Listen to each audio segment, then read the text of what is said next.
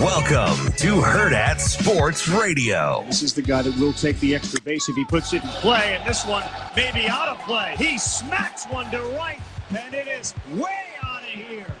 Jaron Duran, about 25 rows up, right center field, a 2-run home run, and now the American League is on top. Lasse is ready. 0-2, swing and a miss, and that'll do it. Lasse closes it out, the American League, and Bruce Bochy win the 2024 All-Star Game by a final score of 5-3. It's weird. I mean, the call I did to set up for his media days was like, I was like nervous. I was like, for 15 minutes, I'm going to share with him about my team.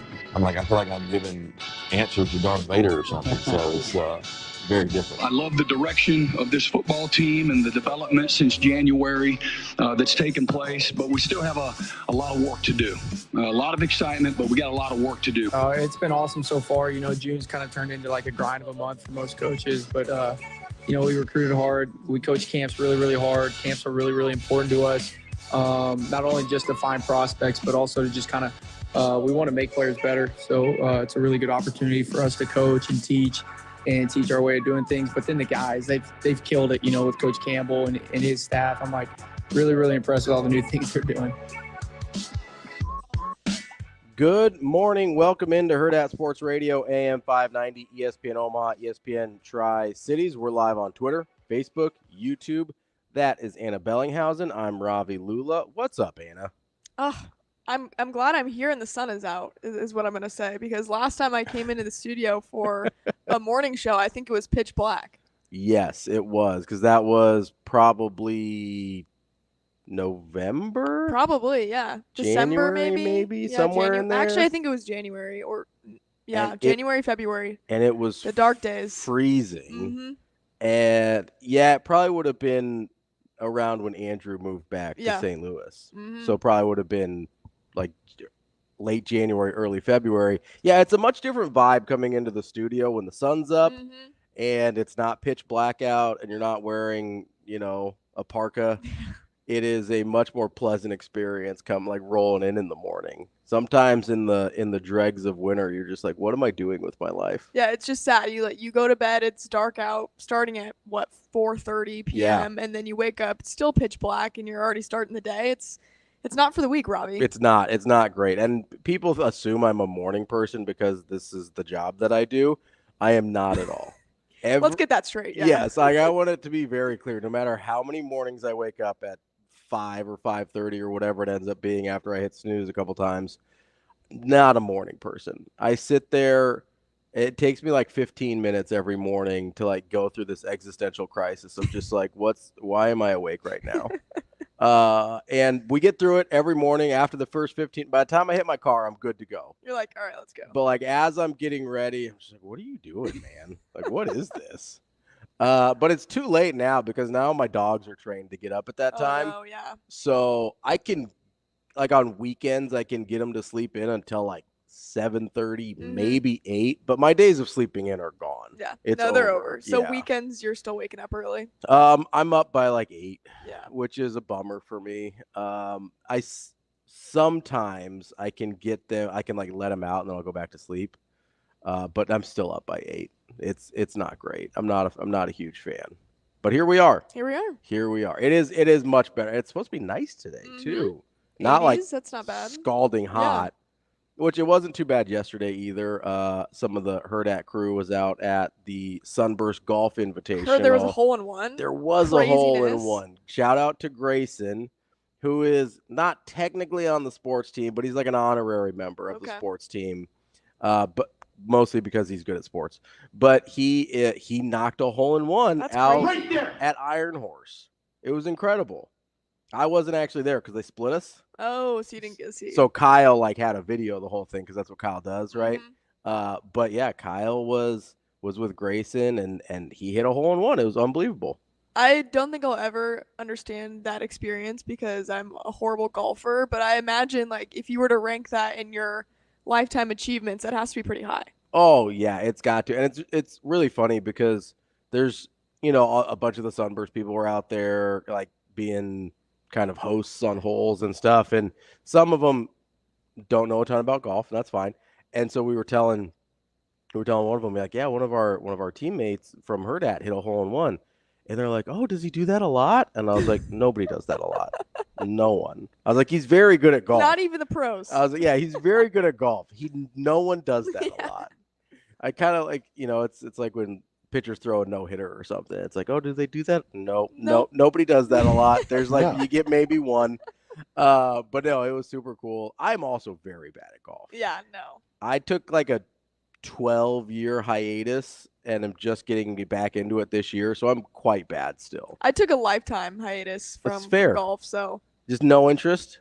No, I would love to play. I just don't get out there enough. Fair. I got to recruit some friends, I think, to get a little crew going so I can get out to the golf course. Yeah. Obviously, I need to ask Grayson for some lessons. Yes. Well, Grayson apparently also a very accomplished tennis player.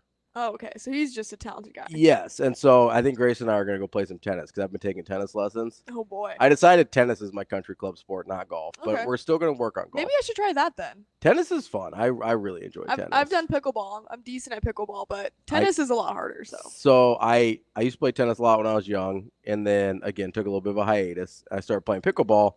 And it made me miss tennis. And so I was like, all right, we're going to get back into tennis. Interesting. It's been good. But, yeah, we got to get Grayson out, and like maybe we might need to steal him to the sports team. Yeah, I think so. We need the athletic ability. It's true. For our kickball games. Yes. Just any outing. Any outing that we do. I think we need Grayson involved. He's probably the best athlete at Hurrdat, if I'm being honest. Okay. And we've got some decent ones. I'm an athlete. I know, like you and Avery, you were college athletes. I was a very long time ago on a much lower level, but I think Grayson might be the best athlete at Hurrdat. Yeah, I'm not going to argue that one, actually. So I'll let him have his flowers here. We might need to like design some sort of competition. Yeah. To see who the best athlete we could do at Olympic Hurrdat games. Is. That's what I mean. Yeah. Kind of like office Olympics, but more athletic than that. Not just like beer pong. Yeah. And not just, like walking around on. Did you watch The Office? Uh-huh. Yeah, like not just like walking around on the paper boxes or anything. Yeah. Like we need actual sports here. Okay. But we'll see how that goes. But that was fun. Despite me being very bad at golf, it was a good time. And how often does one of your teammates get to hit a hole in one? That's sweet. Yeah, but I also decided I think I'm like a 9-hole golfer. Okay. Yeah. Can't hang the whole way. The full 18, I was like, I think I've had my fill for golf for today. I'm okay. You get to like 12 and I'm like, I probably could have stopped at 9. Yeah. Probably could have been okay there, but it was a good time. And I'm glad everybody was able to. Some of our UNO friends were out there too. No way. I think Coach Grasso from the women's golf team was out there. They won. They were very good, which makes sense. Yeah. I mean, it's golf coach probably. Yep. Be a little embarrassing if he didn't win. Yeah, you probably should win. To be honest, but they did. They came through. Apparently, it's their second title in a row. Dang. Okay. So they're Put some respect on the name. They're getting after it. A title that means probably more than the All-Star Game title that we saw won last night. But are you an All-Star Game person?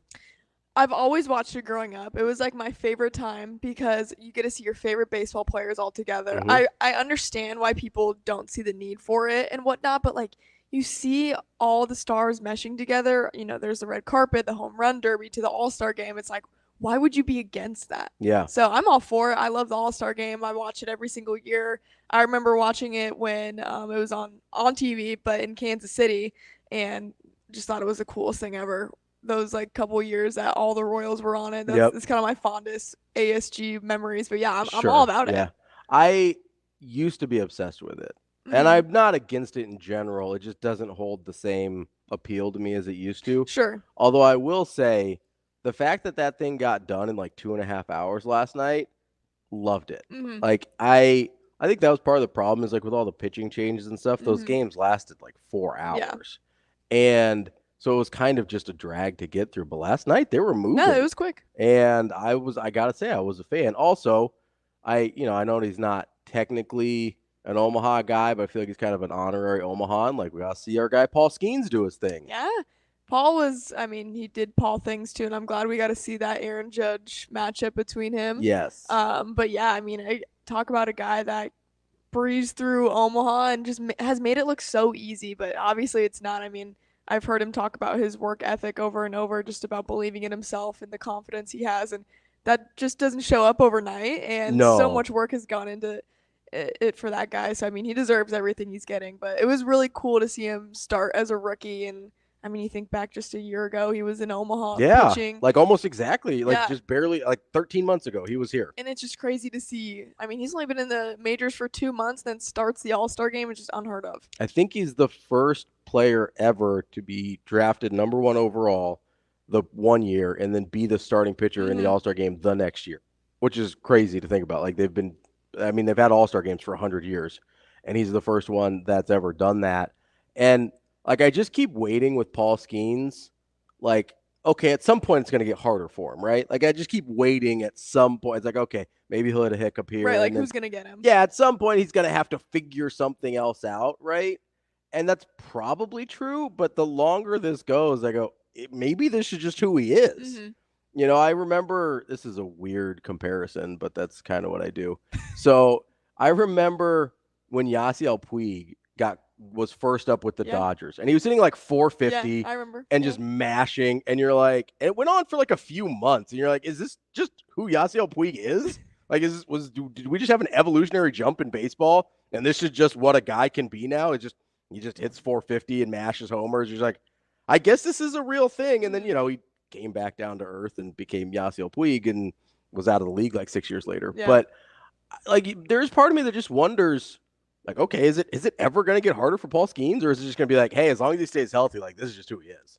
I know. I've wondered the same thing, because I think the knock on him, if you can even give a knock, is like, oh, how long can he throw this hard? Sure, yeah. Right, like, how long is this going to take until his arm can't do it anymore? Yeah, until he needs Tommy John or whatever, like everybody else does. Until something happens like that. But, I mean, I truly think that Paul Skeens is who he is and will continue his dominance on the mound. But what I like that the Pirates are doing, like, they basically took away an opportunity for him to have a no-hitter. Yeah. And I think that's a smart move to really keep his arm healthy as possible. I think they're managing his pitches and his outings really well. So I think that'll contribute positively in the long term. But yeah, I mean, it's a good question of like, hey, how long can this go on? I mean, it's like feels like a magic show every time he's on the mound. The other shoe has to drop at some point, right? Like it can't just be this easy forever. It was just like, yeah, I'm the best pitcher in baseball. It started immediately, and I've got no problems. It's funny though, because you think about hitters, and I think slumps are a lot easier to get into versus a pitcher having, I don't know what you would really call it, I guess a slump too. Yeah. But I don't know, like, how do you compare that of like what makes a pitcher? I mean, I would say it has to do with probably their mental health and their mindset on the mound. A lot of it, yeah. Right, because I mean, and to be fair, that's a lot of it with hitters too. I mean, baseball's so mental on either side of it. But I think it's easier to get out of slumps as a pitcher because you have more opportunities, right? You're throwing, I mean, most guys, if you're throwing well at all, you're throwing 100 pitches a game, right? You're facing somewhere between 15 and 20 batters for the most part. That's so many more opportunities than a hitter gets, where it's like you might not get 20 at-bats in a week. But only one start every, 5 days, 4 days? Yeah. And so it ends up being some carryover there. But also, like, I think for me, pitching is the more proactive part of baseball, right? Like, as a hitter, you're just reacting to what's literally thrown at you. Yeah. And it feels like you have less control over that situation. And so for me, at least mentally, it would be much easier as a pitcher to be like, okay, I've got control over what happens next. Whereas a hitter, you're just like, man, if he throws it in a certain spot, there's nothing I can do, right? Like if Paul Skeens is painting 102 on the black, it's like, there's nothing I can do with that. Like I might swing at it and I might even make contact, but I'm certainly not doing anything useful with it. And so I think that for me has always, the idea of getting out of a slump as a hitter is not just dependent on you. 100%, because it does count of what pitches are literally being thrown to you, and like, are you getting anything hittable?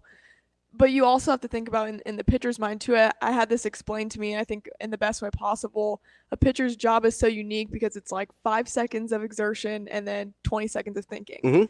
So I think that's also like just a mindset change, I think, that could contribute to any sort of slump with the pitcher. But like you said, Ravi, with hitters, it's really just what's given to you. Yeah. I mean, and you have to work around that. And there's so much there's only so much you can see on paper versus like, all right, this dude did have a great at bat. Like he took it to 10 pitches, 15 pitches, 3 times a game, but you could be 0 for 3. Or he could smoke a ball right at a guy 3 100%. times. And, it could be 108 off the bat and go right to the left fielder. Yeah, and that's the crazy thing about baseball, right, is you can have great at-bats. You can smoke the ball, get nothing for it, and in the box score, it looks the same as if you struck out 3 times, or if you hit like 3 dribblers back to the pitcher. And mentally, you understand that as a hitter, and you start to look at that the same way, right? Mm-hmm. You don't look at it as like, oh, man, I hit that thing on the screws, and like we're fine here. You start to see like, oh, I'm 0 for my last 8, or I'm 1 for my last 11. And you start to forget that it's like, oh, no, I'm hitting the ball really well. I'm just a little unlucky right now. Mm-hmm. You start to see those 108 off the bat to third base as a weak dribbler to third base. And like mentally, it messes with you really badly, because you can do everything right. Even if the pitcher gives you what you need to hit and you do what you're supposed to do with it, and you still get nothing for your efforts, that could be really taxing mentally. No, I think baseball is the toughest sport mentally. Probably the other one would be golf. Yeah. And I'll go back to something that Paul Skeens said when we interviewed him in Omaha. He said, I asked him how he gives himself grace through this process, because I'm like, you're expected of, like, there's so much expected of you, and I know he holds himself to such a high standard. Just like, how do you give yourself grace in these moments? And he basically said, it's never as good as you think it is, and it's never as bad as you think it is. And he said, in that, you give yourself grace. You just have to be objective with every start. Because when he came to Omaha, the Storm Chasers hit the first run off of him in the minor leagues. And for a guy like Paul Skeens, he's probably like, oh, like, come on, like, very upset with himself. But he said afterwards, he's like, I think that was my best outing so far. Yeah, sure, I gave up a run. But you look at my other ones, and maybe you didn't give up any runs, obviously, previously. But he said, objectively, I think today was still my best start despite giving up my first run in the minors. Yeah, it's you can have that situation where, I think about basketball sometimes, where you play great defense and then somebody hits a stupid shot on you, and you're just like, I did my job, right? Yeah. Like I executed the pitches. Same thing can happen in baseball, right? You can execute the pitches. Somebody gets a barrel on it and like guesses right on, hey, this is fastball location, whatever, or he guesses right on a breaking ball, and you can put the ball exactly where you want it to and be like, yeah, I can live with that, right? I think it's when you don't execute what you're trying to that's when you're actually not pitching well or not hitting well or whatever. But being able to distinguish between those two things objectively in your mind is what makes baseball really challenging, because that's incredibly difficult to do, to just be like, oh, no, I did what I was supposed to here. Didn't get the result I wanted, but I can live with that. And, I think not that we have to bring everything back to Nebraska football, but I think we see that in kind of the way Nebraska football's preparing and trying to get themselves ready to go out on this season, right? Like Coach Rule talks about the process all the time. He talks about, okay, we need to, whether it's cleaning up turnovers, or, hey, we need to be 4% better on third down getting off the field, or we need to get 10% more sacks this year, whatever it is, right? He gets really specific about these things. That's what I'm excited about. And he was excited to wear that crown yesterday, man. I still don't know what he was doing. What's happening? But he goes through this process and he describes it in great detail. And I think if he goes like, hey, if we clean up turnovers and we get 4 to 6% better on third down, and whatever other incremental change that he wants to see, and the results aren't there, like, I think he can live with that, right? I think he can live with, hey, we improved in all the areas we wanted to improve. We were better in red zone efficiency on offense and defense. We were better on third down conversions on offense and defense. And for some reason, they still end up not winning as many games as they think they should. I think he'll live with that. Like, I think that, or, like, knock on wood, injury bug hits or whatever, but you still accomplish the things you wanted to in terms of the process. I think he can live with that. And that's a really hard distinction to make, whether you're Paul Skeens executing pitches and giving up his first runs in the minors, or whether you're, like Tyrone Lue playing defense on Allen Iverson in the finals and he hits this crazy shot and steps over you, or if you're Nebraska football and you're trying to go from back to a bowl game for the first time in 8 years. Like, I think that's the key to so many things in sports, is just being able to live with the results, knowing you've put the work in. That's it. Thanks, guys. Thank you. Mic drop. I think you have to separate things in sports into 3 different categories of things you can control, Mhm. which is your preparation and your effort, and then things you cannot control, which might just be talent, which is what you're talking about, and ability to step up in big moments. And when the adrenaline's going, does the shot fall? Does it not? There's a lot you can't control in those moments. Mhm. And then there's the things that you think you can control, but you can't. Yes. And I think that's the one that people in general struggle with the most. That's where you get in trouble. And that's the hardest one to identify too, because you think you have control over it, and you think because I play so hard and I, prepare so hard for this moment and I still fail, Mhm. you think that you can control external circumstances that have to do with it, but you have to live with the fact that you can't control everything. And I think the more time and effort you spend on what you can control and how hard you prepare, your effort, your attitude in practice and in games, I think that's when the success starts to take over, because there's so much in life that we all can control that we just worry about,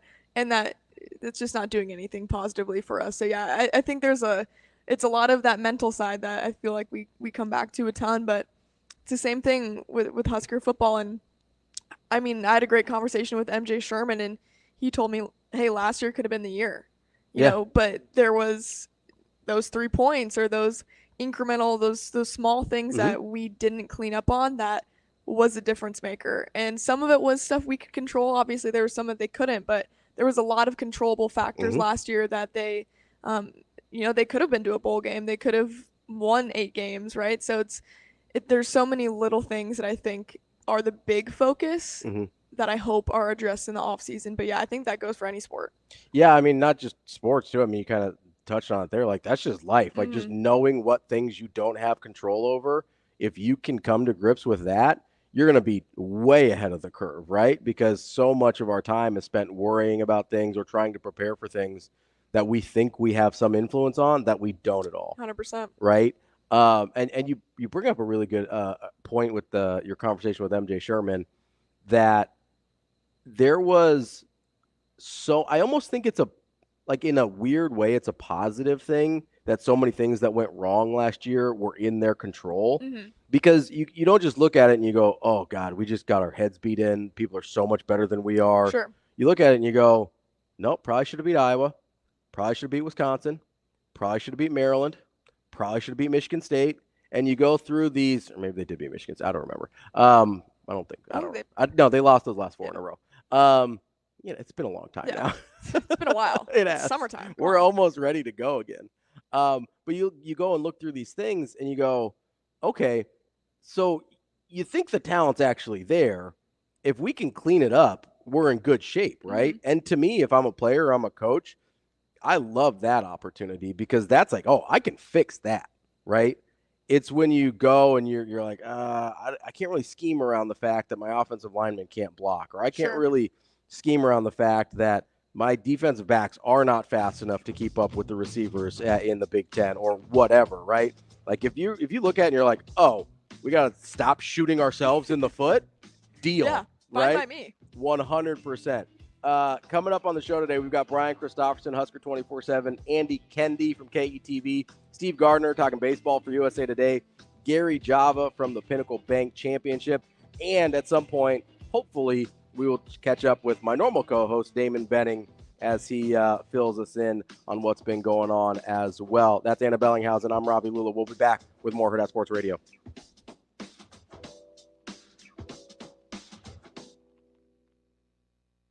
We will be back.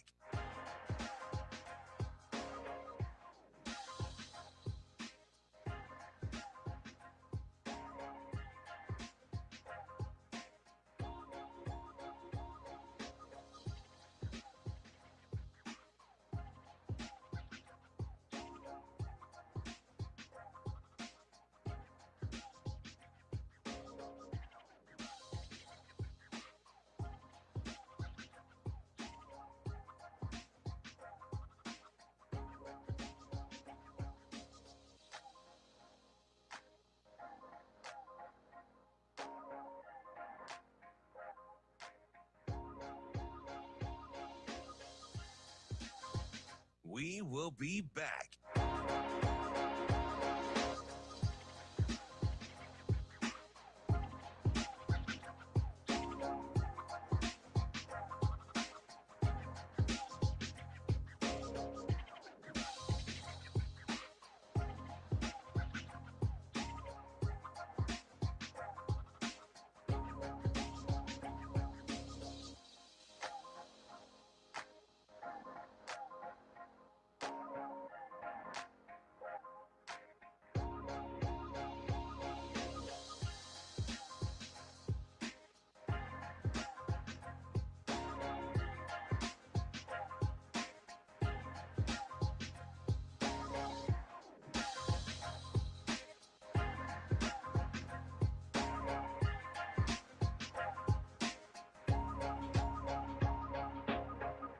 We will be back.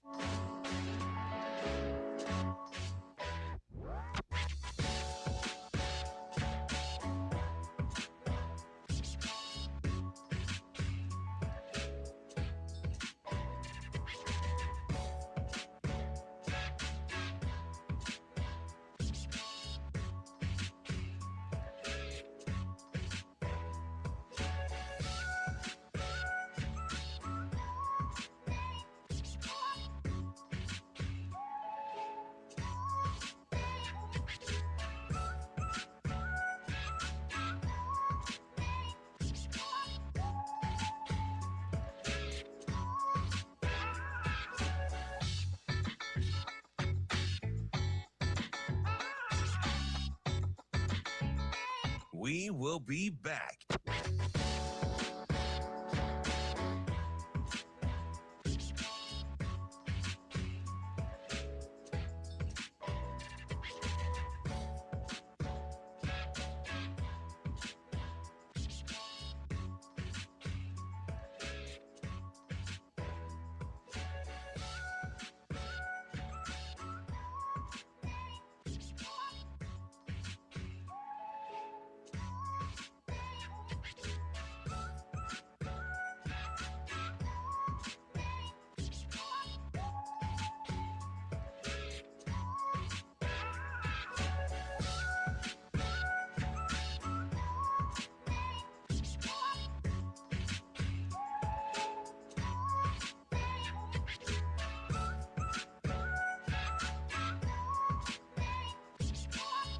We will be back.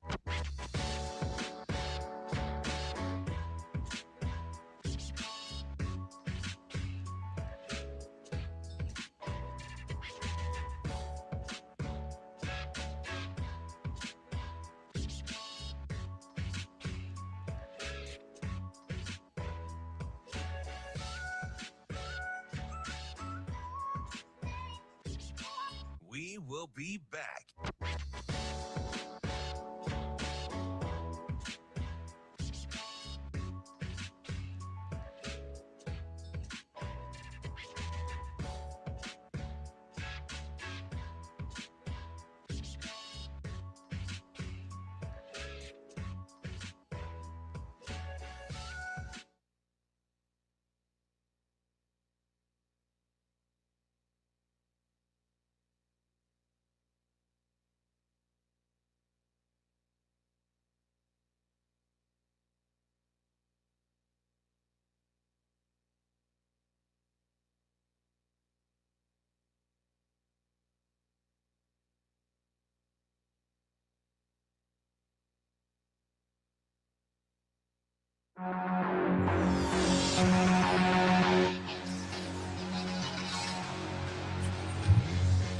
You're listening to Hurrdat Sports Radio. I'm super excited. I think July and kind of the end of this month will be really, really huge for us as these official visits start to wind down. You know, a lot of guys like to commit before the season.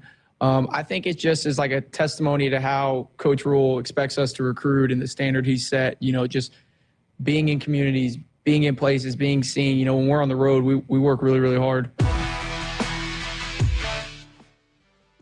Welcome back to Hurrdat Sports Radio, AM 590, ESPN Omaha, ESPN Tri-Cities. We're live on Twitter, Facebook, YouTube. That's Anna Bellinghausen. I'm Ravi Lulla here on the Pillar Exterior stage at the beautiful Hurrdat Sports Bar and Grill in La Vista. Also a Gretna location. Don't forget about that. Mm-hmm. But we are at the La Vista location because we got this great venue out here. So, you know, gotta take advantage. But I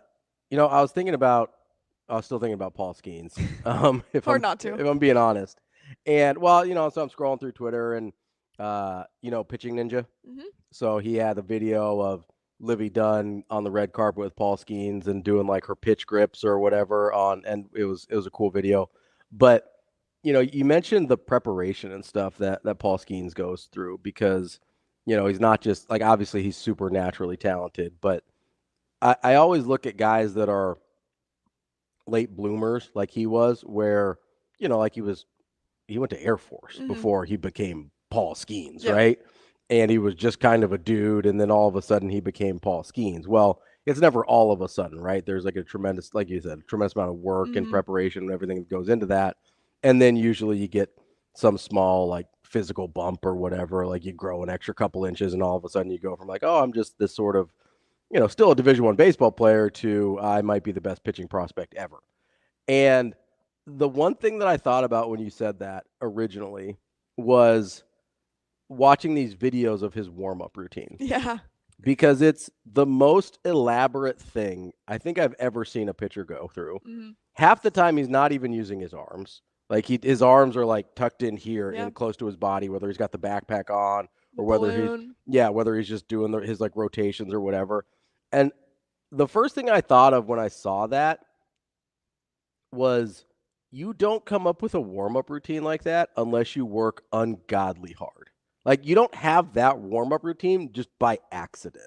You can't just Google that. Yeah, like, that's not something that you're just that's like... not on YouTube. How to warm up to pitch. Like, that's not... And it's not what it says if you were to Google it. No, right? And so, like, I'm going through this thing, and I'm watching it, and I'm kind of fascinated with this stuff because I used to do strength and conditioning, and I'm just going... I'm just watching this thing. I'm like, oh, yeah, that makes a lot of sense. Like, oh, that's really smart. Yeah, he's probably activating his core that way, and is he getting his legs involved and saving his arm at the same time? And I'm watching this whole thing, and I was like, this is something that he probably has taken years to perfect this warm-up routine. And listen, does that mean he's not going to get hurt? No, it doesn't. Like, I have no idea. If like, maybe he's got the Nolan Ryan arm, and he's going to pitch till he's 45, whatever Nolan Ryan was, and be fine his whole career, and then at the ripe old age of 45, blow out his UCL and still throw 98 on the next pitch. Like, whatever. Like, I don't know, right? I don't know what Paul Skeens' career looks like. What I do know is if he does get injured, if something happens, it will not be because he didn't work hard enough. No, I mean, the preparation is 1,000% there for that guy. And I think a lot of it you could probably point back to his days at Air Force and just the routine that I'm sure he was under at Air Force to be able to, do all of his training and whatnot in school. And then also, you're literally in the military as well, doing everything else for that. So, like, that's incredible time management. And I think just a schedule and discipline. Discipline. And I think that's the biggest word that I would go to with Paul Skeens is discipline. And I mean, so many athletes have talked about this, but motivation is a fleeting feeling. Motivation is literally just an emotion, but I think discipline is a mindset, and it's a choice.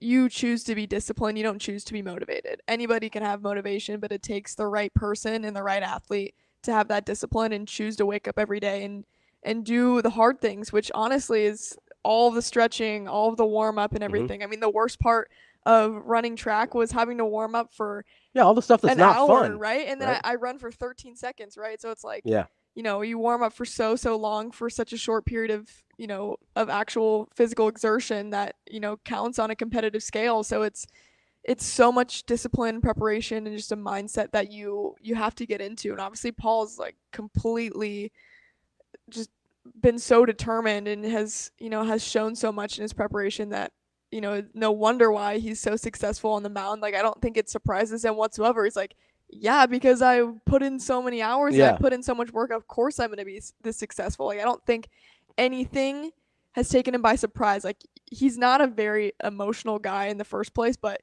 he's getting told that he's starting the All-Star game and he's like, okay, cool. Like, why wouldn't I? Like, that's just him. That's his mindset. That's his confidence. And I mean, going back to the conversation we had with him in Omaha, Avery Howard had asked him, like, how is he so confident on the mound? And his answer was literally, I've been doing this for a while. Yeah. He said it just comes from pitching so much. Well, and it's the preparation gives you confidence, right? Like, there's a ton of just examples where whether it's, you're a quarterback and you either are watching your film or you don't watch your film, or Johnny Manziel. Yeah, right. That's actually exactly what I was thinking of. Right. He had confidence anyway. Yeah. But it works. But eventually you get to a spot where he got to the NFL and his preparation wasn't right. And then all of a sudden, when it didn't work on what he didn't done his whole life, then he's had this crisis of confidence. Right. It's kind of the same thing whether you're like doing a radio show like this. Like, the more you prepare for a show, the more comfortable you're going to be to get on the air. Yeah. Right. Because like, hey, I've done the work to be able to do this correctly and successfully, right? And in a weird way, like it almost seems like military academies would sort of be like a perfect breeding ground for not just athletes, but like specifically pitchers, because like pitchers are so like routine and like routine oriented, I guess is the way I would put it, where like that's how they get past some of the hiccups sometimes is like, oh, I just got to go back to my routine, right? Like you fall back on your training is what we call it a lot of the time, but you fall back on your routine because it's like, okay, if I get into a spot where I don't totally know what to do, my routine tells me what to do. I don't have to think about it, right? And that's basically military academies is until you get to this point where you get the right to think on your own and you've earned the right to think on your own, you don't have to think about anything because somebody else is telling you what to do. And your routine tells you what to do. In kind of a weird way, I almost feel like that's a perfect mindset to be able to instill in pitchers. Now, obviously, you know, you're not going to run a bunch of major leaguers through military academies because it doesn't make any sense. But I do wonder how much of a impact that training had on him to be, and or maybe he's just a guy that's wired that way, so that's why the military made sense. Like I don't know, it's like a chicken or an egg thing. I think it put it on 100 for him. Sure, I think he was already like that. He like leaned that way, and then obviously you go to a military academy for a reason. You're not going to go if you're somebody that hates time management and is lazy. So he shows up there and then just, I think everything was magnified by 100. One of my favorite quotes that I've been told is, you don't rise to the occasion, you rise to your level of preparation. And I think that's so true because people think sometimes like these athletes, oh, the lights are bright and they just show up. No, it's because they've been putting so much work in. Again, back to what you said, you trust your training, you trust your process. Then you can do what you do on the field or the court or the mound because you've put in so many hours behind the scenes that it becomes so much easier for you. There's no such thing as just showing up one day to work and being the best, right? Like so much goes in for these athletes, and I mean that's obvious for Paul Skeens. Yeah, and it's it's funny because like you brought up Johnny Manziel kind of in this on the opposite side of this conversation, right? And people will point to Johnny Manziel and be like, oh well, I mean he kind of just showed up and was the best or whatever. But there's always like that's when the other shoe drops, right? Like there's always a point where it's like, oh, like that's why this guy wasn't able to get through here or there. Like there's no mystery why Johnny Manziel didn't work in the NFL. Like it's super obvious, right? If Paul Skeens were to have not worked in Major League Baseball, that would have been a mystery because you're like, well, he's got the talent, he's got the work ethic. Like what went wrong here, right? And I kind of have this fascination, which is why we've been talking about Paul Skeens for 40 minutes at this point. But I have this fascination with like phenoms and just kind of how they're wired, right? Because it seems like more often than not, you end up getting these stories, and it can kind of manifest itself in different ways, but you end up getting these stories like we've got with Paul Skeens, where it's like, oh, yeah, no, he's actually like a full-fledged psycho about his preparation. Or, you know, you get the Kobe Bryant stories where it's like, yeah, these guys were returning from the club at 3 o'clock in the morning, and he was in a full lather in the gym, like done with his workout already, right? Like, you tend to get these back, and you're like, oh, no, these guys are all nuts. That's why they're good at this. Yeah. And it seems like regardless of how it looks from the outside, that's almost always the point that we find out or that we get to with these individual guys. So I'm sure we will talk about something besides Paul Skeens at some point today. But I do think that was a good conversation, so I wanted to kind of wrap that up there. Coming up next, we will have more Hurrdat Sports Radio. That's Anna Bellinghausen. I'm Ravi Lulla here on AM 590 ESPN Omaha, ESPN Tri-Cities.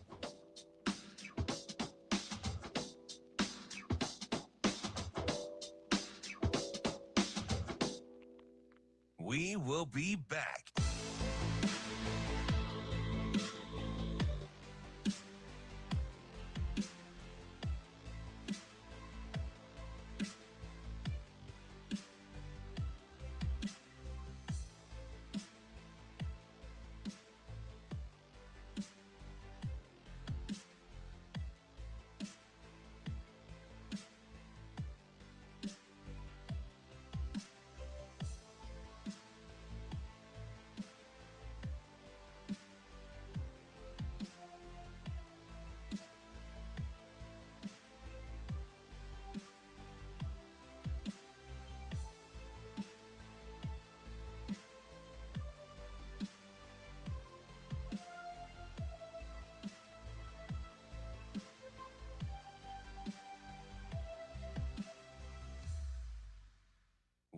will be back.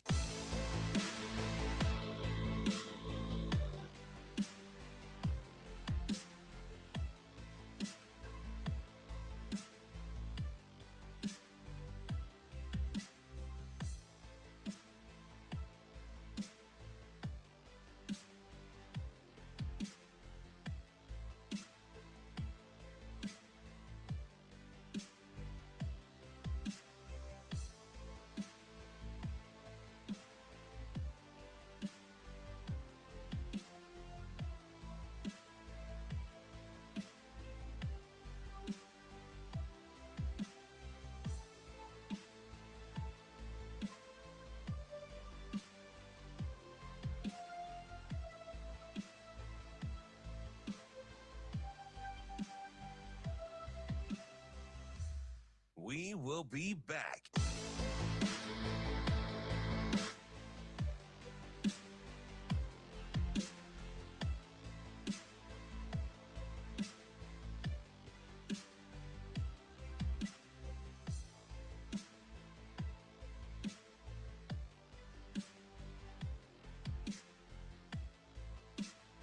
Without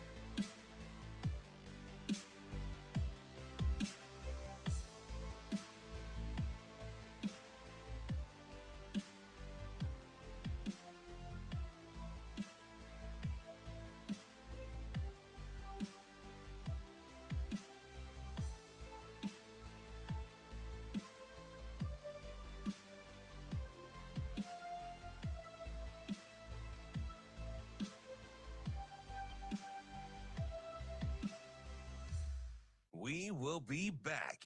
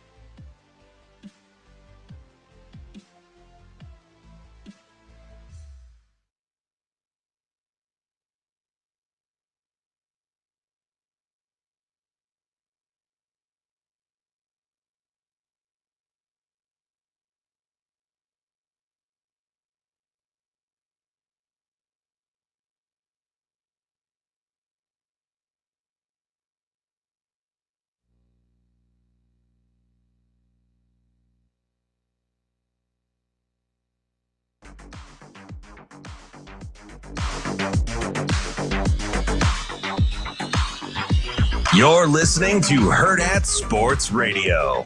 full count pitch. Swing, and that one is into left field. It's a good one. Going to get down. Fielded by the left fielder. Profar. His throw home is not in time, and we are tied 3-3 as Soto beats it without a slide.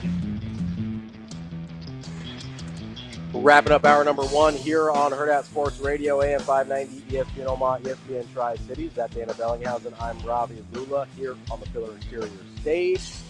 We've been talking a lot of All-Star games, a lot of Paul Skeens, which rightfully so. He had a super cool moment yesterday in starting the All-Star game as a rookie. But as we turn the corner from first half of baseball season into the second half of baseball season, that also means we are very close to football, which I'm very excited about. And that means we've started looking at lists because that's what we do when it's July and you're like, football's close, but it's not close enough. So let's make a list for everything. We start looking at lists. And one of the lists that I came across was this Pro Football Network's top 100 players. I'll be honest, I have no frame of reference for what Pro Football Network even is.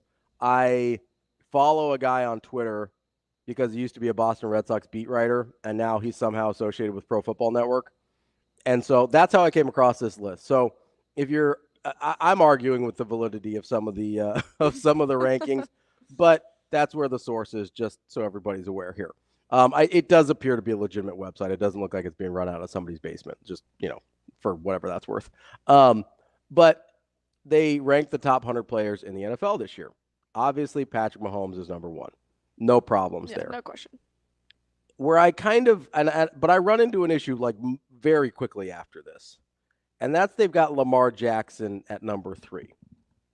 Now, I'm not a hater on Lamar Jackson. He's very, very good, at least in the regular season. I don't think he's the third best player in the league. I'm sitting here, and we kind of were starting to talk about this off air, and I go, he might be the second best quarterback in the league, but I think the gap between Mahomes and number 2 is big enough that having the second best quarterback in the league as the third best player in the league doesn't make a lot of sense to me. Mm-hmm. And I'm trying to, I'm kind of doing this mental exercise. Like, okay, who would I take after Patrick Mahomes? And we named probably 8 guys.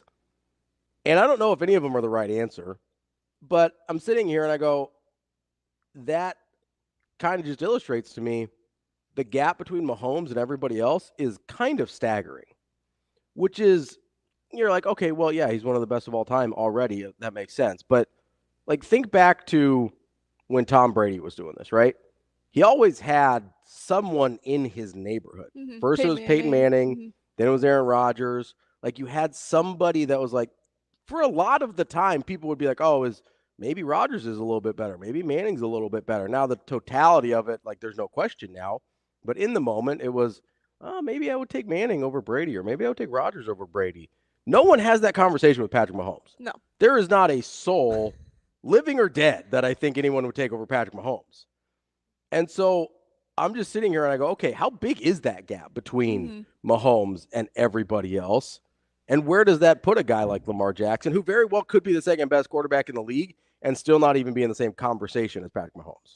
Well, I think the biggest difference is postseason accolades.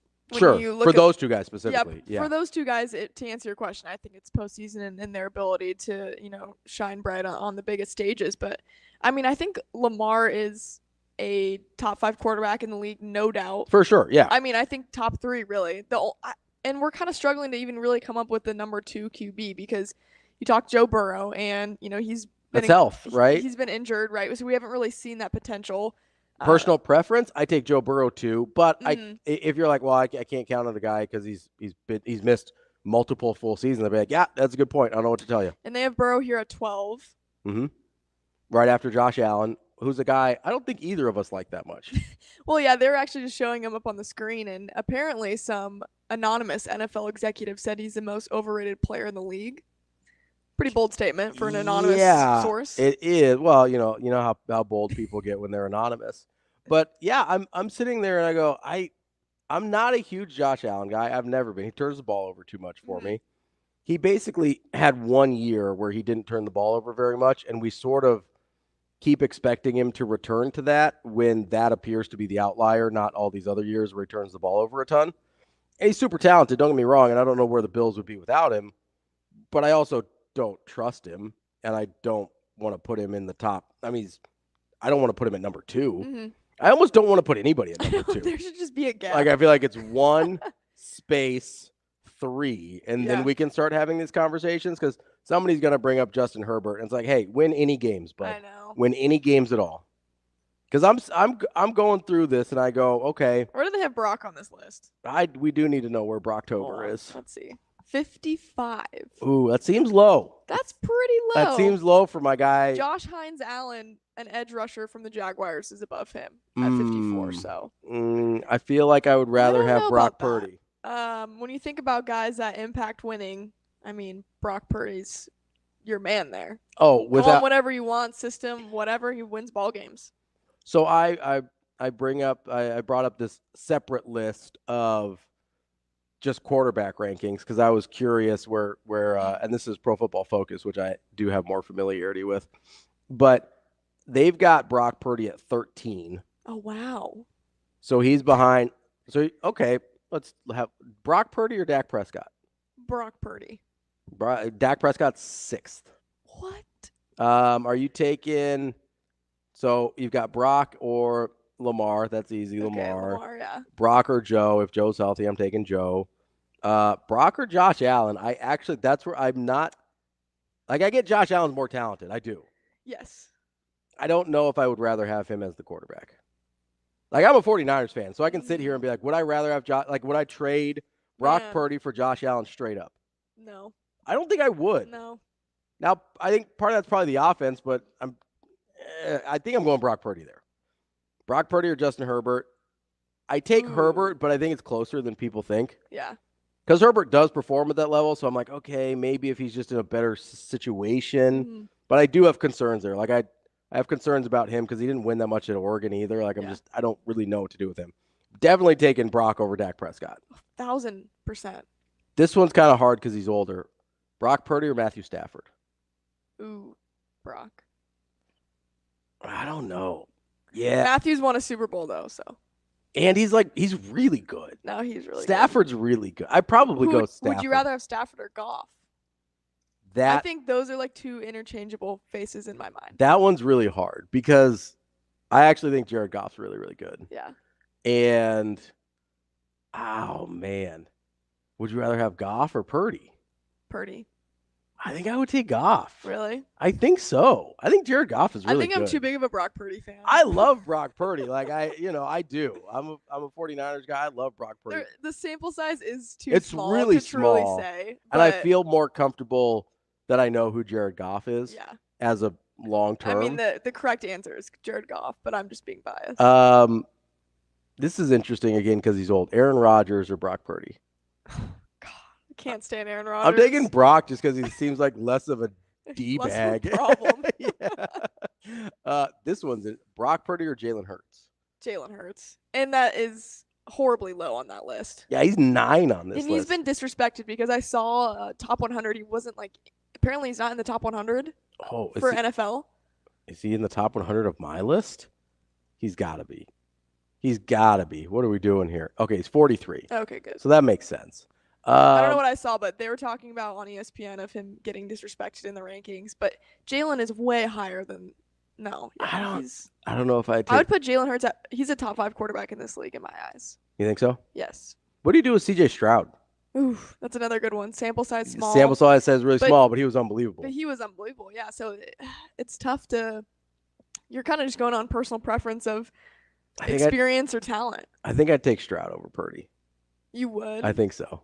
Yeah, more upside with the legs. Yeah. And he's like, I don't know. This is dumb.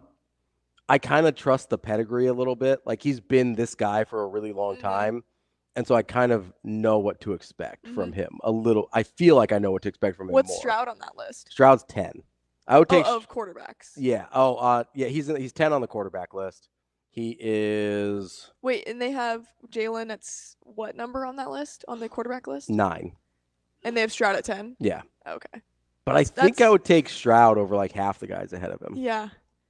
I think I would take my chances there. I just want to know how they come up with these lists is also the question. Like, what are the determining factors? Is it stats? Is it how much you impact your team? Yeah, so Pro Football Focus, I'm guessing they use their algorithms or whatever because it's all data-driven and that kind of thing. But I think you can get into some trouble there. I think that's how you end up with Dak Prescott, who puts up good numbers, but isn't. He's just not it. I don't know any Dallas Cowboys fan that would take Dak Prescott over C.J. Stroud. I don't. Do they have my boy Kirk Cousins on there? I'm sure he is. Where is good old Kirk? Kirk is 15. Okay. Does that feel high or low? Okay. That's just right for me right now. You know what's low? If you were asking me last year, I would have freaked out if that was at 15. You know he was a top 5 quarterback last year. You know what's low? Jared Goff is 16 on Pro Football Focus's list. Of quarterbacks, wow. 16. Yeah, that's pretty low for a guy that took a Detroit team to the NFC Championship. I know you like Cousins. I would take Goff over Cousins. That's another interchangeable 50-50 one for me. Goff, Stafford, and Cousins I find to be relatively basically the same person. Yeah, basically the same person. They're identical. Put their head on different. Yeah. Goff or Tua? Tua. Really? I'm a Tua fan. Really? I believe in the boy Tua.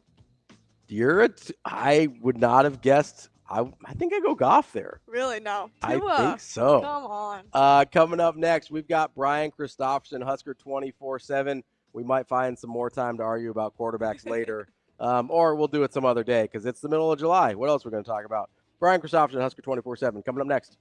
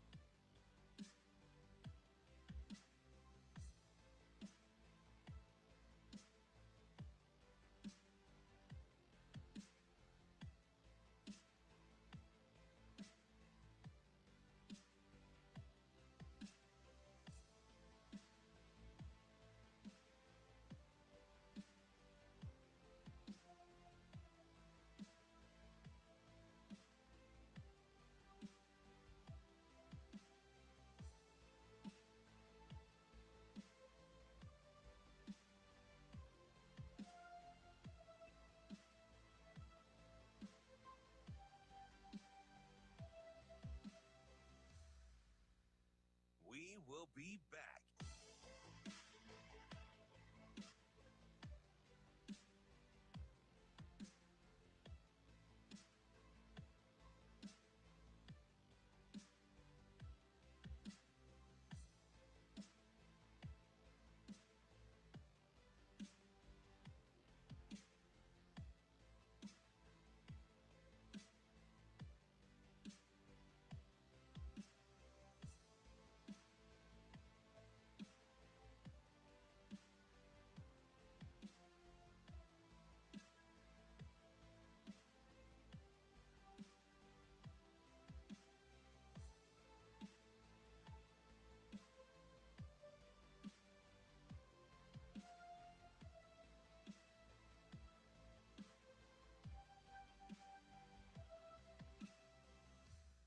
We will be back.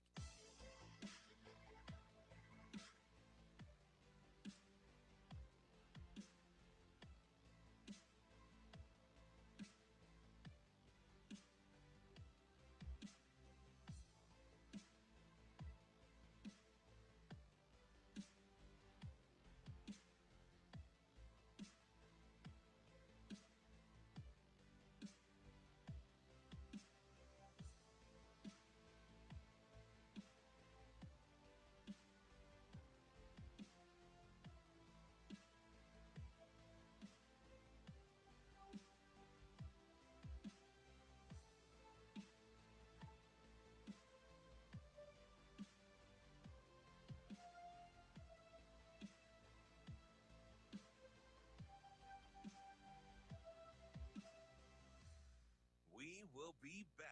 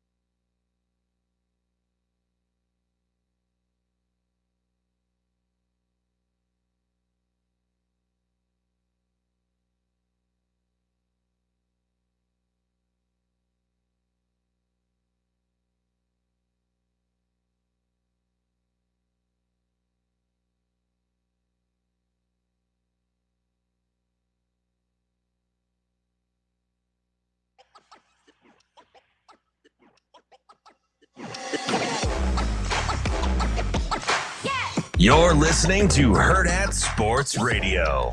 Here is Husker 24/7 senior writer, Brian Christopherson. Yeah, it'll be a little bit of a circus act. Brian Christopherson. Well, I mean, that's pretty interesting. Brian Christopherson. I kind of enjoy that. Here is Brian Christopherson. Kicking off hour number 2 here on Hurrdat Sports Radio, AM 590, ESPN Omaha, ESPN Tri-Cities. That's Anna Bellinghausen. I'm Ravi Lulla here at Hurrdat Sports Bar and Grill. We are joined now by Brian Christopherson from Husker 24/7. What's up, BC? Not much. Do you guys have J.J. McCarthy or Sam Darnold number 2 behind Mahomes? That's my only question. Ooh. Oh. Do you have J.J. McCarthy or Sam Darnold number 2 in their own quarterback room? Hey. Wow. That's not what I meant. I'm going to say they're a distant 32nd. All right. Hey, You're I'm a sure. JJ McCarthy fan, so just wait for this Vikings season.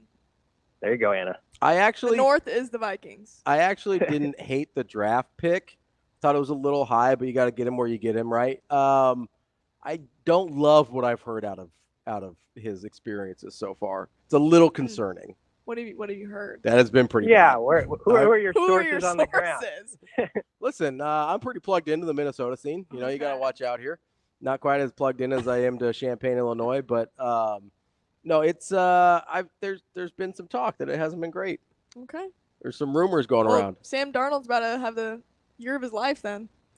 I still don't understand why Sam Darnold's not good at football. I still don't get it. With Ryan Fitzpatrick sort of thing. Like, he should have been good. Like, I mean, BC, do you know what I mean? Like, I could watch 1,000 plays of Sam Darnold and not be able to tell you why he's not a good NFL quarterback. He's one of those guys that it feels like everybody in the NFL looks at and says, I can fix him. You know, he's sort of like a messed up man that some people would look at me like, woman be like, yeah, I could fix that guy. It's like, no, you probably can't.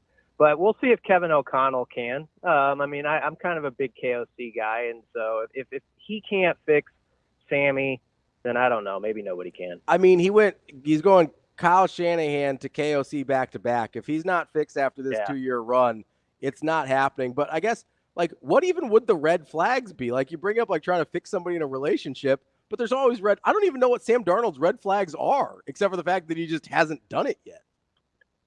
Yeah, I'm not sure. Not a bad living though. If you can carve out that space where after like 5 to 7 years it's figured out you're not going to be the starter, but you're going to be over here. You'll be part of an NFL team. You might be on Hard Knocks one season. You might have to do that.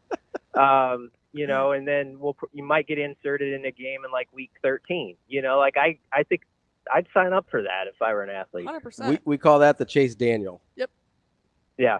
Hey, there's definitely worse ways to make a living, without a doubt. BC, I suppose we could talk about some Nebraska stuff now. Okay. There's been quite a bit of talk about the last weekend in July as a recruiting weekend.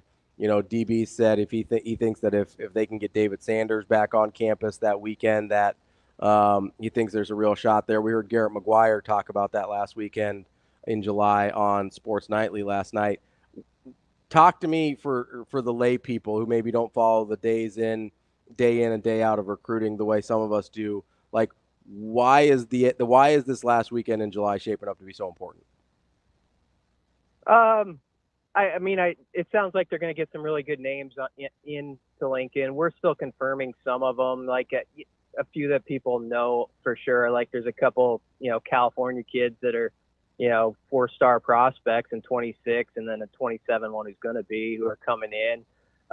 So I think that shows you, like, there's a wide range on this net to where people are coming from. Like Hudson Parliament, who has one of the best names of any recruit. Incredible. Who you want to land just for that alone probably, is one of the guys coming in. And then, like you say, there is buzz about, like, you know, Sanders maybe the possibility to get him here. And if you do that, I mean, obviously it speaks to his level of intrigue that he would return one more time. But, you know, every time I feel like they get people in their building, around their coaching staff, and can show, hey, this is the family part again. Don't forget how much of a family it is over here. It always plays really well for Nebraska. So that list will get more firmed up here in the next week. I don't want to talk out of turn too much with some guys while I know a little bit's up in the air, but it does seem like stuff is really brewing for one, like, last big push that kind of puts you in a good space with not just like a 25 guy, but 26, 27 guys for the future. So you're already kind of off and running then as you go through the fall with some of the guys a cycle or two ahead, which is always critical nowadays. BC, with, I guess, from like, and I understand you don't want to name any names and that you're not sure on, and that's totally fine. But I guess just like philosophically, why is it shaping up this way? Is it just that guys now are more kind of looking to make decisions before their senior year starts, or just from a, like, is it just a scheduling thing that's worked out this way? It's good scheduling day for a lot of guys before, like, their camp stuff gets going. It's sort of that in-between period. You know, a lot of 26, 27 guys who are a cycle or two ahead are just starting to dance a little bit, right? I mean, so this is an opportunity maybe to get that first experience for a few of them of like a visit like that. But I just think it's kind of that perfect wheelhouse of, if, you know, you're looking at a date where prospects, they're kind of all camped out, but there's like this little mini period before maybe their high school stuff has started up, you know, day to day, and you can get them here. And so why not? It's a good weekend to shoot your shot with some of those guys. BC, there was a little bit of shifting in Nebraska's current commits in their rankings over I think it was last week when you guys released your ratings update. I know that you personally do not make the ratings, but I guess how much insight do you have on, like Sean Hammerbeck, for instance, goes from a 3-star to a 4-star. TJ Lateef drops from a 4-star to a 3-star. Like, I guess how much insight do you have on kind of why these decisions are made? Is it based on, because to me, I look at it, I go, okay, well, I don't know how much has changed. Like, what new information did we learn about these guys? Yeah, I mean, usually when a guy gets changed, it's because we've had different guys who are like the scouts in our service who go to the camps and all that. We've watched them several times. It's not just one person's decision. It's usually, there's various insights into it, and they're like, this guy's not high enough. They've seen it with their own eyes. They've heard it from other people, and sometimes they think somebody's a little high. I think in Lateef's case, it's not. I don't think it's a big alarm, but he maybe just didn't have his best Elite 11 compared to some other guys, and that might be I think that's probably the start and end of it. And to that, I would say it's one camp. There's plenty of time for him to continue to show himself as a really good prospect, which he is. So I think that's maybe why he lost a little bit. And then Hammerbeck he's kind of a nice surprise because he's in that area where sometimes in recruiting rankings, a guy like him could fall through the cracks, if we're honest. Mm-hmm. And he didn't. He's obviously, when he's gone to camps, he's impressed everybody everywhere he's went. Very versatile lineman who he's got the strength, yes, but he's also got incredible mobility for that size. And I think people just paired it all together in the measurables and said that's going to be a dude. So Nebraska was in on that before he was a 4-star. And they liked all the same things our guys who did the ratings like. So I wasn't surprised that he got that, but it was well deserved. I'll say that. So you don't just have like one guy sitting in a room that as soon as Colorado offers a kid, knocks him down a whole star rating? I don't believe it works like that, no. But I know people like to throw that out there that's how it happens. I have never had, as you say, a part in the ratings. So once in a while, there will be a prospect where we'll throw our 2 cents in. We'll just be like, you might take another look at this guy, see what you guys think about him, and that happens certainly on occasion. But a lot of that's out of our hands, which always makes it fun, of course, if a guy gets dropped and you got to answer questions for it when you're like, yeah, I didn't do that. So, but so goes it. That's just one of the fun parts of the job. So, BC, I am curious, though, because I know I make the joke about Colorado, but it does seem like more on the positive side than the negative side usually, where it's like, okay, a guy, and I think Coach Rule's talked about this a little bit, like a guy picks up an Ohio State offer or he picks up a Georgia or Alabama offer. That does seem like, does that get kind of baked into like, oh, if these programs are all kind of sniffing at the door, like maybe we need to take another look at what this guy's rated? I can't speak for those guys, how much of that they do or don't do. Okay. But, I mean, we're human. I'm sure if like the 8 to 10 top programs in the country are all looking at the same person, usually, first off, that guy's been on somebody's radar that's doing the ratings for a while anyway. Because he's usually those type of prospects don't just come out of anywhere. So I don't know, though. I don't want to speak out of turn for those guys and how they do the process because there's stuff I don't know about that when they put it together. So I don't want to be unfair to them. For sure. That's Brian Christopherson from Husker 24/7. So BC, as you're kind of listening to Garrett McGuire last night and him talk about some things there, one of the things that caught me kind of, I don't know if by surprise, but he had some very strong praise for Jamal Banks and even calling him a quarterback's best friend. Were you surprised at how, I guess, strongly he kind of went out there and stood on a limb for Jamal Banks?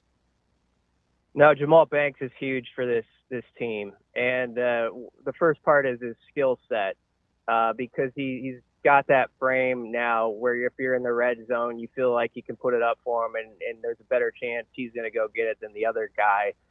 He's got sort of that box out ability, just like to, I think, frame up a DB, and it's 3rd down and 5. You get your 8 yards, and he's got the better positioning. So he can bring that to the table. I think what that also does is it's going to open up more of the field for other guys. If you can get people like Banks and Fedoni sort of working that middle, or some of that like intermediate part of the passing game, think about what it does for like Jalen Lloyd or Malachi or Isaiah Nayor. I think the guy can fly a little bit too. So he's got all the stuff you want. He's got the proven resume because he's had 2 seasons back to back at Wake Forest where he had 650 yards plus. And if you look within those numbers, like against Clemson, he had a game where he had about 150 yards one of those years. So I mean, he's done it against good competition too, the top type of teams and great athletes. So there's a lot to love. And then the fact that he's just a guy who came in right away and is mature and says, I'm part of the fabric of this thing. I'm going to be right in it. I'm going to be a leader. And he's been that from day one, from every, interview that we've done about him. And also, I think he's got a good connection with Dylan Raiola. Let's not forget that when he visited in December before he made his final choice, Dylan threw with him. And that was a big deal because he saw that, okay, he's 18, but he's got some tools that not many 18-year-olds have. And I think it made a big impression on Banks. And surely that relationship has grown since then. BC just spoke with Jamal Banks on Sunday and loved every single word that he said. Just very charismatic and very mature, well-spoken man. But you don't have to say Jamal Banks because I'm asking this question, but who do you think will be the most impactful transfer this upcoming fall? Ooh. Banks is certainly a good answer. He was the highest of the transfers we had on our indispensable list, but I think Nair is going to be right there with them. I think you could answer either of those guys because Isaiah Nayor's. I feel like if you look back at his resume in 2021, when he was, I know it's a few years ago with Wyoming, he's averaging like almost 20 yards per catch. And even in the spring game, he had that one. It's just one play, I know, but he took that crossing route, and you saw that he's one of those dudes who just has like that extra gear where you think he's going one speed, the DB thinks he's taking the angle and has him, and then no, he's going another speed actually all of a sudden, and he was gone. There was a flag on the play, so it didn't go in the stats and all that, but our eyes saw it. We all saw it. We're like, okay, that's nice. And I just love that combination of those two guys. Like you couldn't have drawn it up much better as far as like, okay, we kind of like how our young guys are developing in this room, but what are like the two parts we could add that really make this thing take off and are a bridge to the future? You got a big sturdy guy in Banks, and Nair's not small either. Don't get me wrong. That guy, like when he came to the podium, you're like, oh, that's how they're supposed to look. But he's got maybe that speed component too a little bit more. It's just a nice combo. The interesting wild card to me is going to be Mazuka, to your question, Anna, on the O-line. Obviously people remember right away he was one of the guys who sort of Rule mentioned out loud, like you got to fit, you kind of see how we're doing things here and kind of fit into that. And so he's had to maybe catch up with that. But you look at what he's done. I mean, he had really high PFF grades at Florida last year, obviously played at Baylor before that. That's a guy who's played a ton of football, also looks like a next level player when you just see him in person. And so that's interesting though, because Justin Evans has had a great offseason. Latofsky's had a really good offseason. Corcoran, of course, is kind of floating at some spot, that could be in the rotation. There's going to be a good player or two on that O-line who's not starting. And so that's going to be really interesting to watch this camp. BC, if you had to say today, who do you think is the starting offensive line? I guess I'd say Mazuka is going to get in there, although I'm less like writing that in pen than everybody else, and maybe I'm stupid about it, but I'm going by what we saw in the spring, and I kept listening and hearing how they talk about Latofsky and Evans. But I would say Prohaska left tackle, let's see. I guess Mazuka, Scott, I think Evans, and Bryce. I mean, maybe those 5, but there could be one that's off there, honestly. Letovsky's in that mix. And, where they put Corcoran is like, I don't think Corcoran's going to be in the front 5, but he's an interesting guy because he's played as much football as anybody, and he's back. So there's some good battles to be had this camp still, or where they want to, or which side they want to put certain guys to is an interesting part of it. BC, speaking of battles, one name you didn't mention, Dante Dowdell. How do you think he fits into this running back room? Is it out of the question for him to be that RB1? Well, you never know. And I say you never know because, I mean, let's go back a year ago. Emmett Johnson was, obviously there were injuries that impacted this, but he was 4th or 5th. Not if we had this conversation 365 days ago, and I'd said Emmett Johnson's gonna start for 2 months, you would have said don't have. You probably say this a lot of weeks anyway, don't have this guy on the radio anymore. But you definitely would have said that. I think it could be tough for one of those younger guys to emerge to the front right away, because I think Emmett and Ramir and Gabe, we'll see how Gabe comes back fully from his injury as far as the football stuff. He was doing team activities in the summer. All those guys obviously have the experience advantage. And so I kind of put those 3 above everybody else. I'm putting Emmett at the top of the line until proven otherwise. I feel like he earned that last year. It's going to be a good competition. You're going to need 3 guys. But it's a good question you asked, because somebody like Dowdell is probably going to be part of it at some point in the year. You know what I mean? There's going to be a point where you need another back, even if he starts as the 4th or 5th guy, to maybe give you something. And, Quentin Ives is somebody that we haven't seen a lot about, but, this coaching staff still says we believe in him. So that's one of those positions where even if you're a guy that's sort of off the map right now, maybe things are different by August 20th, when we're talking about it. We'll see. BC, if Bly Hill hadn't gotten injured, would we be talking more about him in this conversation as well? Yeah, absolutely. And honestly, to Anna's question earlier, he would be a fine answer, because as far as the best transfer, because he was, I think, in line to start with Tommy Hill coming out of the spring on the opposite side. And so he's not out for the season. It's just a matter of, it's going to be a test for a guy who, first off, he hasn't played at this level. He's from St. Francis, PA, so this is a big step up. Secondly, he's got a weird timing deal now where, when he gets healthy, you're going to probably miss all of camp, and you're going to have to kind of come back just right in the middle of it when guys already have played 3 or 4 games.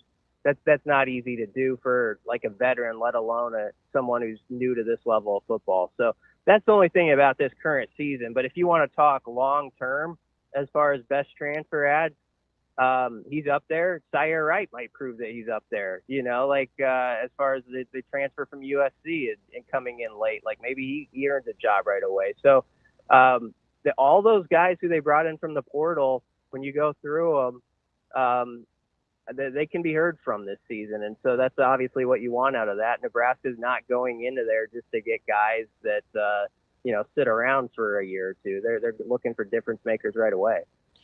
Brian, what do you do with a guy like Sire Wright? I don't really know what to do with him. He didn't play last year really. I don't know what to do with him as a transfer. I understand there's some promise there and that kind of thing, but I'm just not really sure how to process him being on the team.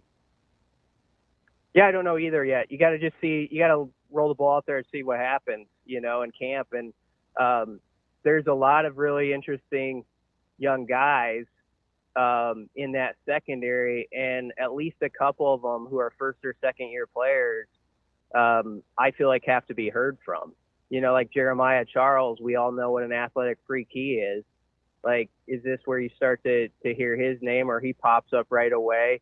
I don't discount the really high IQ guys that are true freshmen from at least appearing on the 2 deep or on the fringe of the 2 deep. I know Caleb's doing really good stuff, and I'm not saying that because Damon's always on here. I mean, I know Caleb has jumped right in Yeah. and is putting up good numbers. So I think there's if I'm a young defensive back or a newcomer over there, I love the situation because it's open to at least compete and put myself there. Like, that's all you can ask for. So maybe it's a guy like Sire, right? But maybe it's someone who's been in the system a year or two, and now it's their turn, like Jeremiah Charles, to rip it off and be a main guy. Is the secondary the place that you've got the most unanswered questions on who actually is going to get playing time back there? Just at the one spot. I'm curious about the one corner for sure, and then sort of like who's the next wave behind all those vets we talk about all the time. Like, I mean, they can flip Hartzog to a corner if they wanted, but he was playing safety in the spring actually. Mm-hmm. Singleton and Buford is going to be really tough to keep off the field. I don't think you will. Mm-hmm. Gifford's obviously going to play a lot, and Tommy Hill. So you've got like that nice base of like 5 guys there.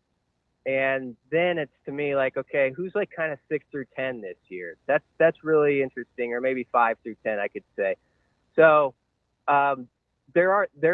if the question though is going into the season, what is one concern spot you have in a defense that we all think is going to be pretty good? It's the one corner spot. And the reason I say that is it is going to have to be somebody that's a newer face, and they might be up for the job from week 1, but we can't play dumb here. I mean, Colorado, we say what you want about their program or this or that. They've got some skilled dudes who are going to test you in a primetime game, and you're going to have a guy with some mettle that's at one of those corner spots who's ready to step up to that moment. So that's going to be a real early test for a specific spot on this roster to show they're ready to roll. And we're going to know some things already by September 7th. It's Brian Christopherson, Husker 24/7. BC, we appreciate it. As always, we'll talk to you next week. Yeah, thanks for having me, guys. Coming up next, we've got Andy Kendi from KETV here on Hurrdat Sports Radio.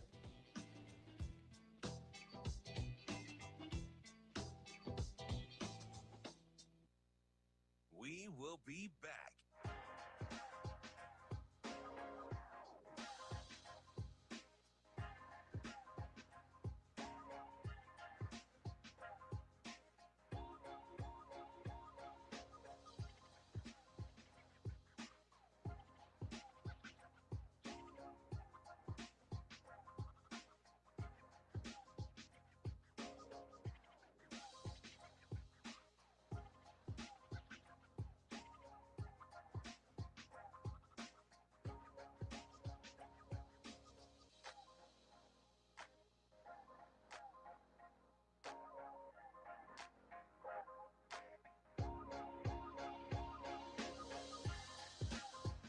We will be back.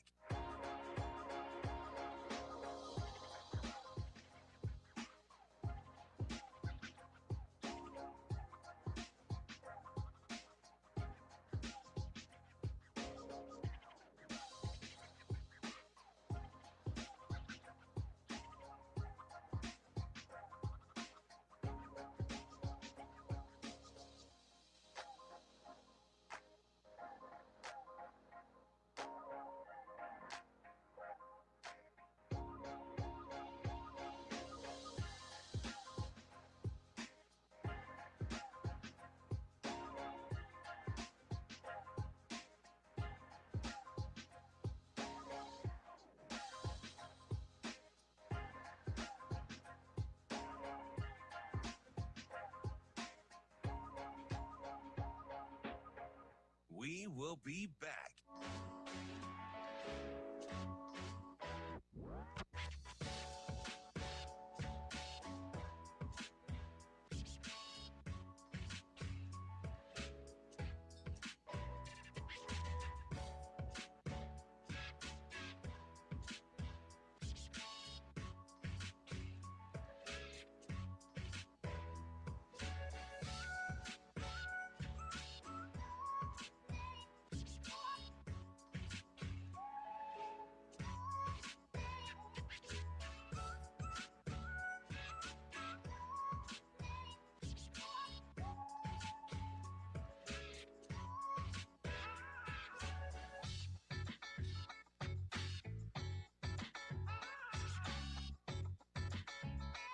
We will be back.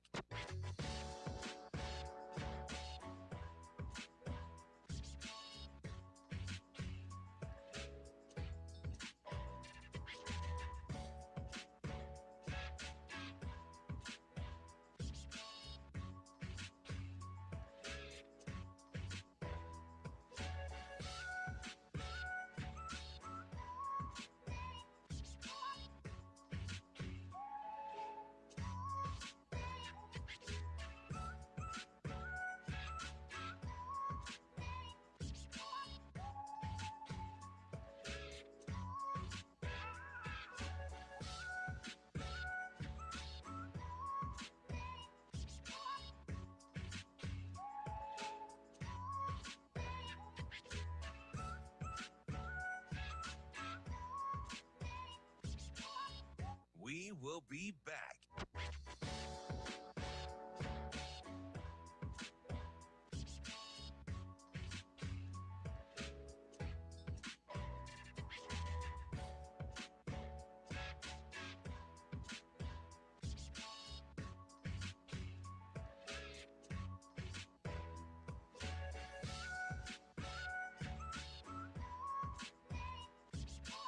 We will be back.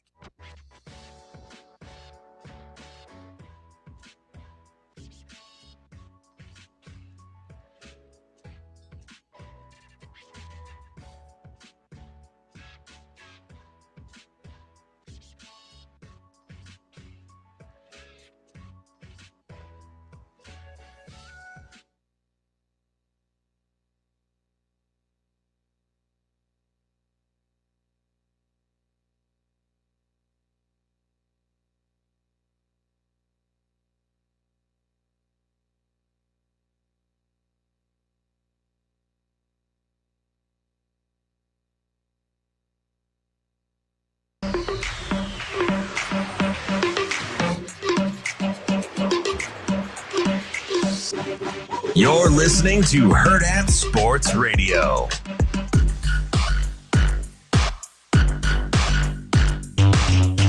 We're halfway through the show here on Hurrdat Sports Radio, AM 590, ESPN Omaha, ESPN Tri-Cities. We're live on Twitter, Facebook, YouTube. That's Anna Bellinghausen. I'm Ravi Lulla here on the Pillar Exterior stage, and we're brought to you by the Team Jack Foundation. Make sure you get to teamjackfoundation.org to find out everything you need to know to get involved with that great organization. All they're trying to do is find better treatments for kids with childhood brain cancer, and one day a cure. And the ways you can help are all on teamjackfoundation.org. You can volunteer, you can see what events are coming up, or you can just donate directly on the page. Get out to teamjackfoundation.org to get involved. Joining us now is Andy Kendi from KETV. AK, what's going on, man? What's happening, guys? Good morning. How are you feeling? You're back at work. How excited are you? I can't tell you the last time I said I was excited to go back to work. It must have been years. But it's been a fun re-entry. It's it took me about an hour to get my sea legs. I did have to have Matt Satilli give me a tutorial on how to edit. But after we got through the first couple hours, it was just like riding a bike, right? They didn't have to be back. They didn't have to give you like a tour of the building or anything, remind you where your desk was, anything like that?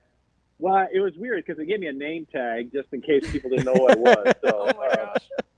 yeah, so it was interesting. I had to reintroduce myself to Rob and Julie and Bill, but no, it's been good. Everybody's been so nice, and I thank everybody for the nice messages, the text, the Twitter mentions, and all that stuff. It's been nice, and I tell you, the big winner in all this is my wife and kids, because they were ready for Dad to go back to work about a month ago, and so having me out of the house, I think they're still in full summer mode now. So was there any? I don't know if you've ever like gone on an extended vacation and there's like that little moment of panic when you're trying to like get back in with your work badge and you're like, I do still work here, right? Like they didn't secretly fire me while I was gone. Did you have like any of that as you're going back in the building? Well, I did. Well, the work badge worked fine. You know where I had the biggest trouble was trying to turn on my computer. I'm not making this up. I had to go back to our IT computer guys, and I had to bring spark out to my computer desk, and he had to actually go, okay, the on button is here, Andy. And then, of course, I forgot my password.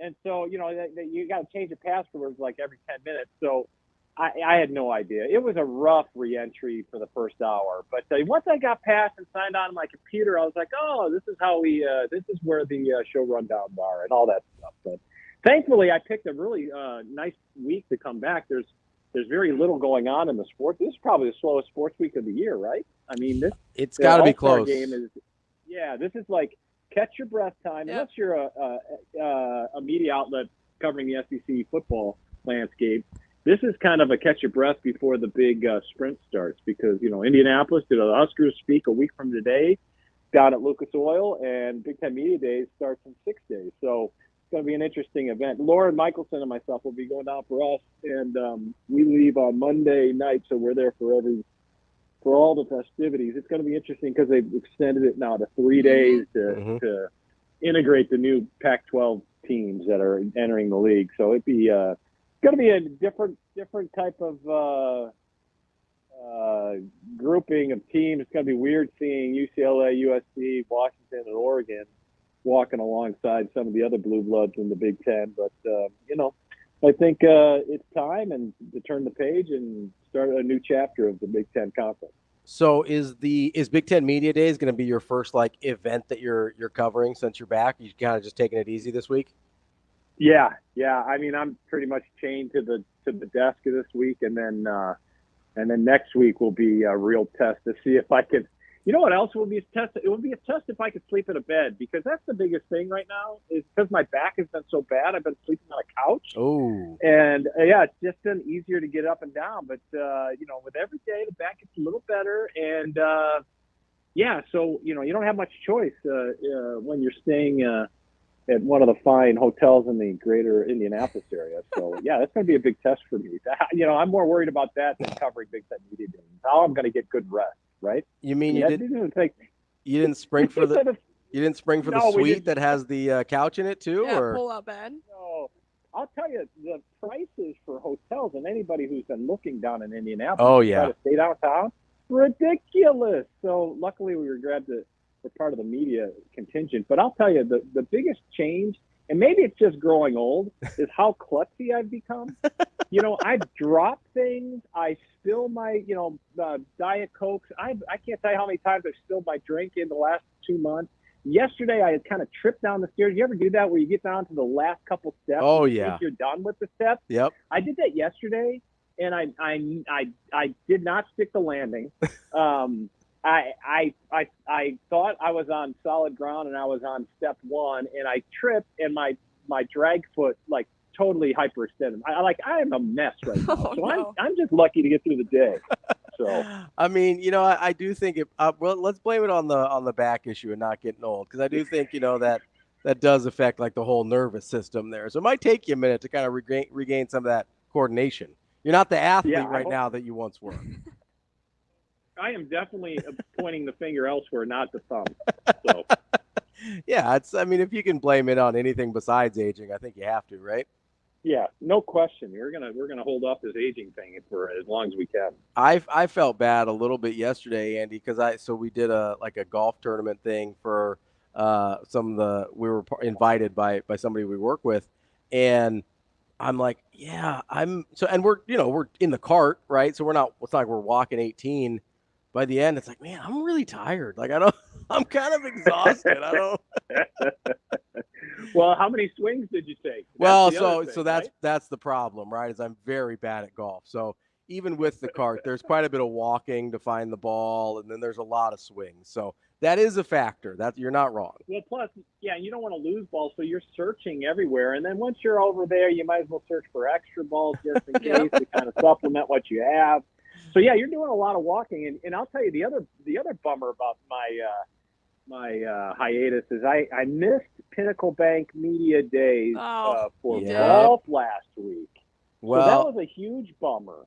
I know you're having Gary Dev on, and I mean that's one of the best parts of the summer. You get to play free golf, they feed you, and you get to see you get to play a course that normally you would never be able to even enter the clubhouses. So that was a big bummer. But hopefully next year I'll be back in golfing shape. Well, I mean, the only thing you really missed was getting beat by our Hurrdat Sports team. So I think. Yeah. Well. Yeah, I guess they went off. I heard all about it. Yeah, Rob McCartney was telling me all about it on Grayson's squad. Yeah, and, Grayson is a little bit of a ringer. He hit a hole-in-one yesterday. Yeah, was that the hole with the wind? Was that the Clown's Mouth or the windmill hole? No, he had the hole. He hit at number 5 on Iron Horse. He hit a hole-in-one. Really? Yeah, we were out there. I will have to bring that up to Rob, huh? Yeah, so now you can't feel too bad. Yeah, so like at least he didn't do that to you or to the KETV crew last week. That's true. That's true. I don't think the KETV squad was in any danger of threatening Grayson and the Hurrdat buddies because from what I heard, it was a pretty workmanlike trip around the golf course, even with the best ball format or whatever scramble format. Yeah, Kyle's good too, but Grayson's just a ringer. He may have been hired just for events like this. I don't actually even. I actually don't even know. Well, I've known companies to do such things, whether it be company softball teams or golf squads. I mean, these are serious business, but Grayson's got game. I do know that. Rob was telling me the other day that he said that asking Gray about his game, and he said, "Yeah, I felt okay. Yeah, I ripped the drive on 3. It went about 350." And Rob was like, "Are you kidding?" And Rob's I gotta tell you, Rob and Bill Ramby are really good golfers, and if Rob can still swing it, but man, Grayson's a real deal. Yeah, I don't know where he learned how to do that. Apparently, he was also a tennis pro at some point. Oh yeah, so he was great. He was a great tennis player. I don't really understand just how anybody's that good at everything. It makes me a little bit mad, as I'm just out there hacking away, at Iron Horse. After about 9 holes, I'll be honest, I was like, yeah, I probably just 9's probably enough for me. Yeah, right. Well, I'm the designated putter whenever we do the scramble, so it's all right. There you go. And as I told Rob, I said, thank goodness your kids got athletic genes from their mother. So it's all good. Thank you for sharing. Well, Andy, that was a typical July segment. There's not a lot going on, but we are super happy that you're back at work and feeling better every day. And some of us will see you out in Indy next week. Sounds great. Can't wait, you guys. It's good to talk to you, and have a good week. Thanks. We appreciate it, Andy. That's Andy Kendi from KETV. He's back at it after a little hiatus there, so we are super happy for him. Coming up next, we're going to talk a little baseball, see what Steve Gardner from the USA Today has in mind for the second half of the Major League Baseball season. Well, the unofficial second half, as we're in All-Star break week here. We'll have more of Hurrdat Sports Radio, AM 590, ESPN Omaha, ESPN Tri-Cities.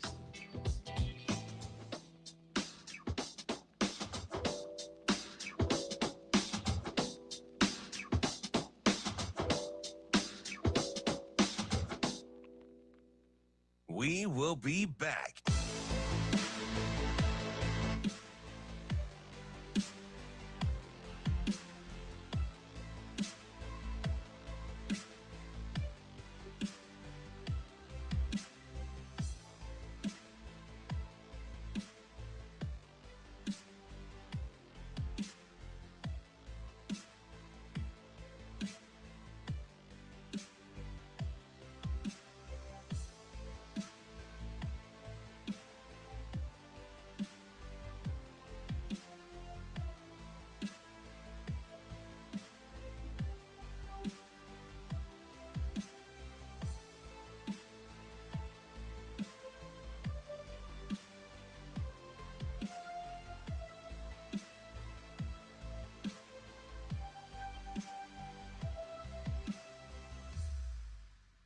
We will be back.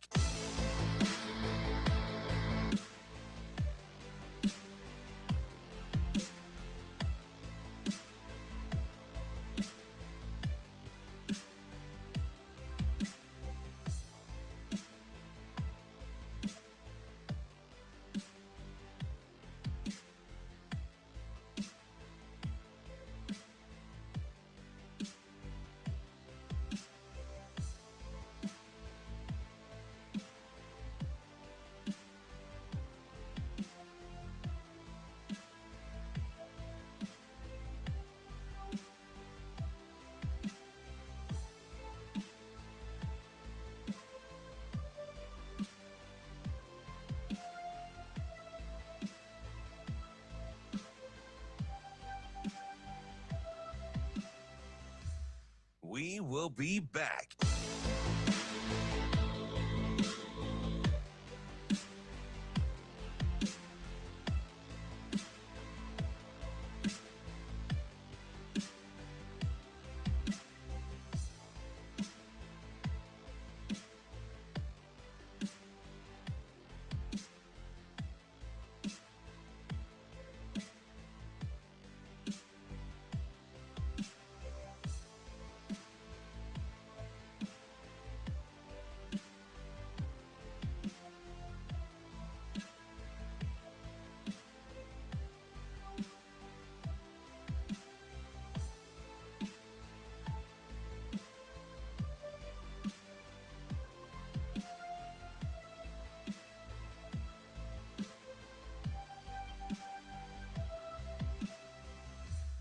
We will be back.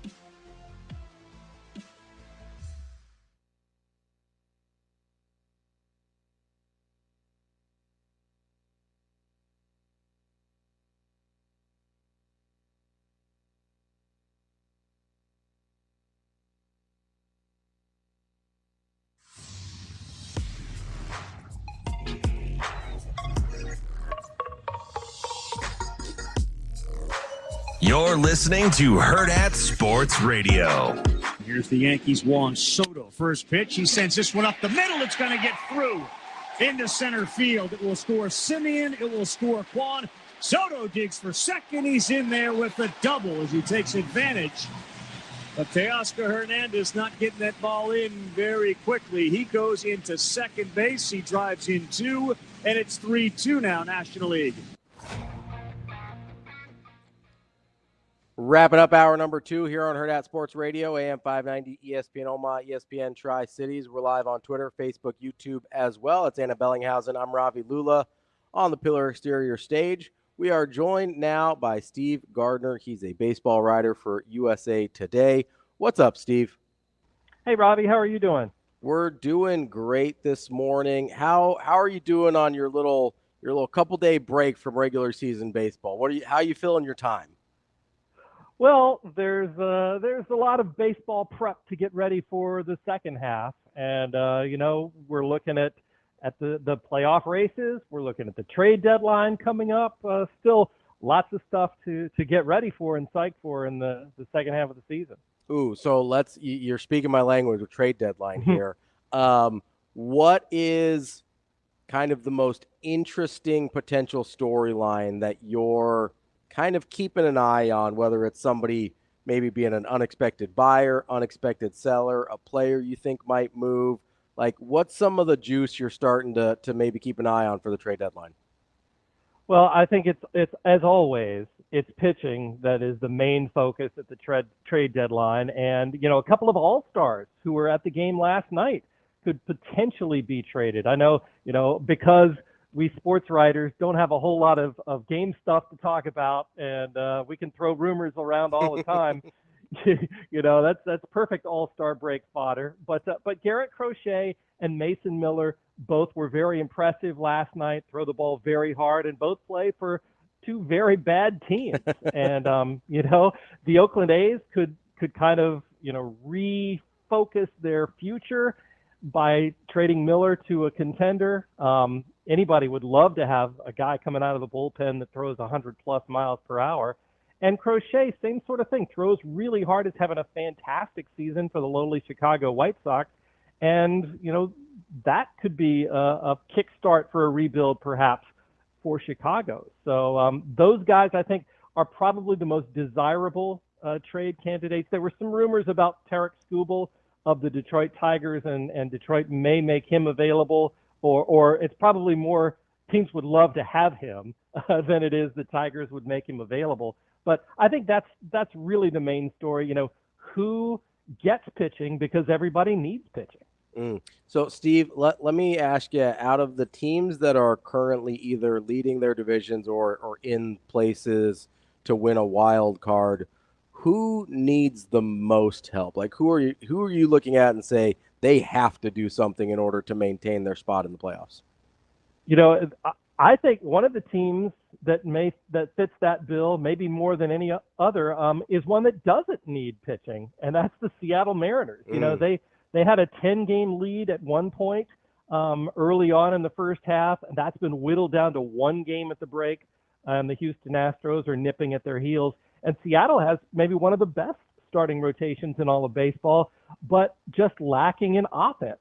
And I think that's where Jerry DiPoto and company need to kind of mine the trade market. Maybe there's not as much demand for guys that can come in and they can plug into the lineup and provide some offensive spark. So I think Seattle kind of has to make a deal because, this is a franchise that has had a long storied history of not going well in going far into the postseason.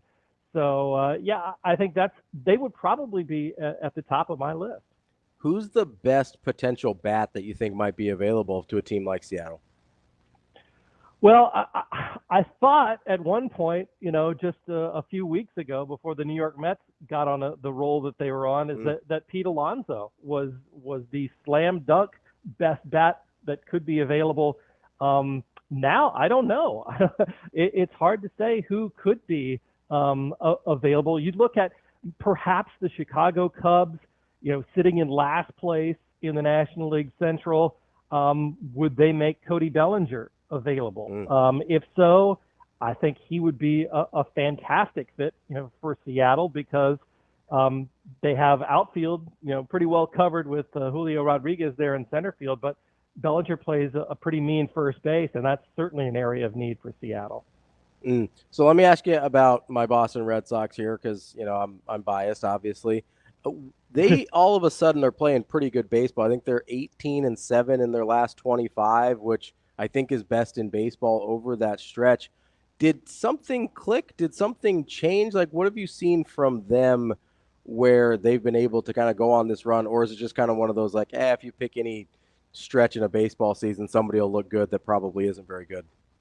Yeah, it's one of those things, too. You're exactly right, that in baseball, a lot of times you will play much worse than you actually are or much better. But the Red Sox, I think, have gotten really good pitching all season long, and the hitting has sort of come around, and maybe nobody embodies that more than your All-Star Game MVP in Jarren Duran, who's having a fantastic season. You gotta love it. Yeah, you're a Red Sox fan. Yeah, you do. I wasn't pegging Duran as the All-Star Game MVP when the season started. That is certainly true. I gotta ask one more Red Sox related question, and then I'm gonna hand it over to Anna here because she's got some burning Royals questions, some pressing Royals things she's got off her chest. But if the Red Sox were to make a move at the deadline, where is it? You think another bat makes the most sense? You think shoring up the bullpen a little bit? Like what can take them from like, maybe they're the last team that makes the playoffs to like, they could actually be dangerous in October? Yeah, I mean, everybody would love to add some depth to the bullpen. So I think that's a given. They would like, Tristan Casas coming back, I think would be a big help in terms of getting another bat in the lineup. But at this point, just maybe to get an infielder. David Hamilton has been pretty good. Kind of a surprise there at second base. So maybe somebody who can play second base, shortstop, somewhere in there, because that's kind of been a revolving door for the Red Sox. But otherwise, you're right. They have been quite a surprise in the surge that they made at the end of the first half, and only 3.5 games behind the Yankees in the division and 4.5 behind the Orioles. That's a solid record. All right, we got to turn the page to the Kansas City Royals, team I followed the most closely, Steve here. But 5-5 in the last 10. They're sitting at 7 games behind first in the AL Central. But do you still see a path for them to make the playoffs, whether that's winning that pennant or also, getting that wild card? Certainly, the Royals have a shot at the playoffs. If you're above 500 in the new playoff format, the expanded format that they grew a couple of years ago, you've got a shot. Now, the question is, how much are they going to be able to leapfrog first the Twins in second place and then get close to the Guardians? That's a good question in terms of talent. And MJ Melendez just went on the injured list, so that's going to be another hurdle they'll have to clear. I think this is a team that whose offense kind of goes along with if Bobby Witt and Salvador Perez are hitting, then they're pretty good. Otherwise, they could be, susceptible to some long slumps. It's the pitching that's carrying them so far with Seth Lugo and Cole Reagans, as you well know, and getting Michael Wacha back certainly helps. I think that's been one of the things. And Hunter Harvey, they did make a trade before we went into the break, and I think that says that the management there is committed to making the team better. So potentially we could see more deals from the Royals as the trade deadline gets closer. And I think it would be a big step forward to get this team back into the playoffs and get people thinking that, this is a competitive team that we're building and one that could be a playoff team year in and year out down the road. Yeah, I think Kansas City has to be buyers come trade deadline. I also wanted to bring up the MLB draft and the pick of Jack Caglione and just your thoughts there because, there's a lot of skeptics of Jack Caglione and his swing and miss, but I think there's a huge upside to drafting a guy like that who I think can climb the ranks pretty quickly throughout the minors and, make his way to Kansas City sooner rather than later. But what's the national perspective on Jack Caglione? I think, for a guy that was talked about as one of the top prospects coming into this season in the college ranks and into the draft, to fall to Kansas City, they have to feel really, really good that they were able to get him at their draft spot. And, I wonder, just throwing it out there, that if, he was drafted as a two-way player, and if that was a potential deal breaker, if he wanted to pitch and hit for other teams higher up. So if so, that's wonderful for the Royals. And, the fact that his bat could certainly get him to Kansas City, maybe as soon as next season. Vinny Pasquantino has had an okay tenure, but nothing special. You get somebody with Caglione's, prospect pedigree and raw talent level, I think he could certainly make a difference there in Kansas City. So you've got to be very, very pleased with the way the draft went. Steve, we appreciate the time as always. Enjoy the second half of the baseball season. I'm sure we will catch up with you again soon. Sounds great. Thanks for having me. Absolutely. That's Steve Gardner from USA Today. He's a baseball writer. Coming up next, though, might be second half of baseball season time, but we are getting closer and closer to college football. I've got some college football questions for Anna. We will get to that and so much more as we get into the final hour here on Hurrdat Sports Radio, AM 590, ESPN Omaha, ESPN Tri-Cities.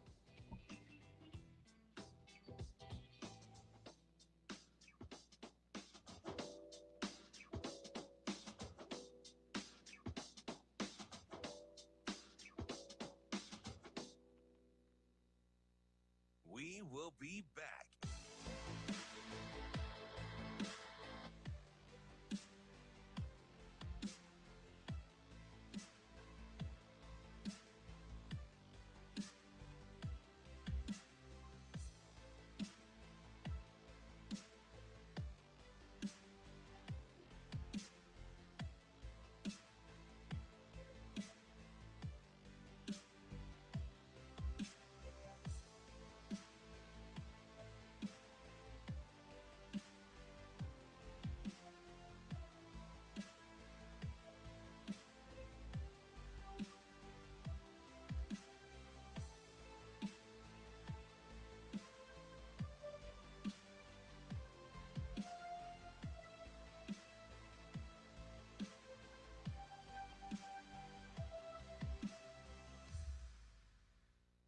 will be back.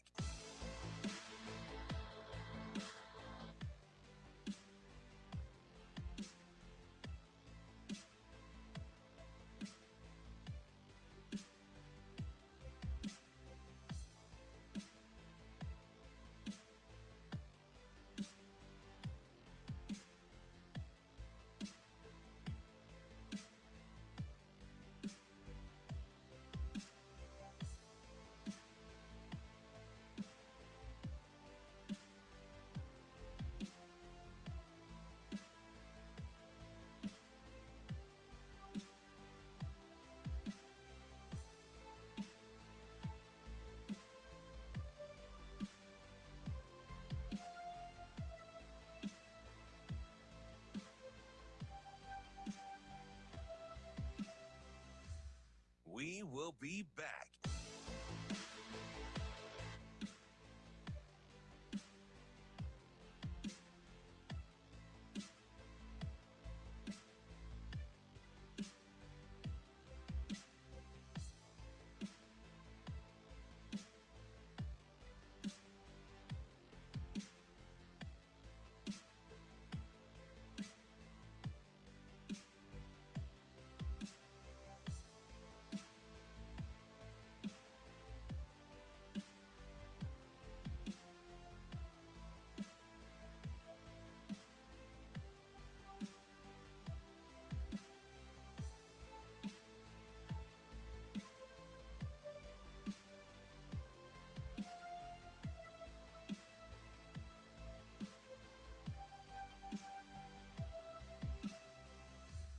We will be back.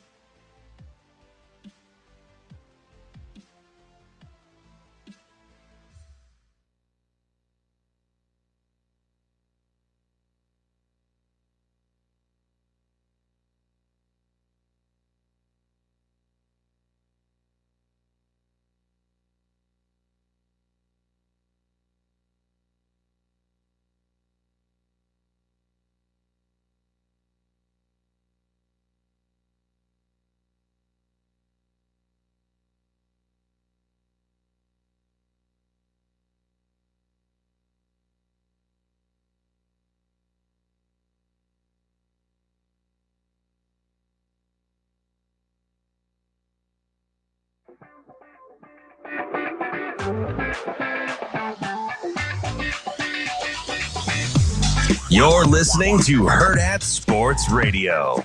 You know, I think I get that most from Coach Rule and my dad. Is just you start everything from a relationship standpoint, and I don't want to coach a guy that I don't have a relationship with. So I can set a high standard, and they will want to live up to that high standard because of, you know, just our love for one another and us wanting to push each other. Not me just pushing them, but also them pushing me to where I can, you know, or we can give them the best opportunity for success on Saturdays. We're back here for hour number 3 on Hurrdat Sports Radio, AM 590, ESPN Omaha, ESPN Tri-Cities, also KFOR in Lincoln for this third hour. That's Anna Bellinghausen. I'm Ravi Lulla here on the Pillar Exterior stage, and we're brought to you by our friends at Union Omaha. Make sure you get to unionomaha.com to get tickets for their upcoming match Saturday, July 27th at Warner Park. That's a 7 p.m. start just a week from Saturday against Chattanooga. You can also check out their shop on there, get any news you need as well, and check out the upcoming schedule. Just in case Saturday doesn't work for you, I'm sure there's a date on there that does. Make sure you check out unionomaha.com for all your Union Omaha needs. All right, Anna, I've got some questions for you. Okay. About college football. Number 1, I want to talk Heisman Trophy odds. Dylan Gabriel. Mm-hmm. Oregon now. He's been a couple places. Has a hard time staying a little bit healthy. is now your Heisman favorite. Wow. Plus 750, which is actually a pretty long shot at this point in the process for the favorite to be. But I don't necessarily want to talk about Dillon Gabriel. I want to talk about somebody else whose Heisman odds I looked up. No. I already know where this is going. I was just curious if he was on the list at all. And he was, according to FanDuel. One, Dylan Raiola. It's at plus 10,000 odds to win the Heisman. So they're way up there, right? Okay.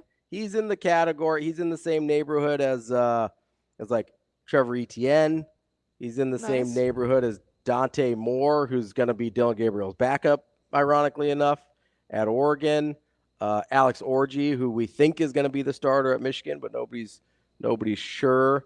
Arch Manning, who I don't really know if he's even starting or not. Still on the list. He's on the list. He's plus 12,000, so he's a little bit further back than our guy Dylan Raiola. But I'm not going to pretend like I think Dylan Raiola is going to win the Heisman here. Okay. Here's what I want to ask you though, because I've asked a couple people this over the last couple days, and I'm just wondering if you've allowed yourself to entertain the idea of what if he actually is awesome.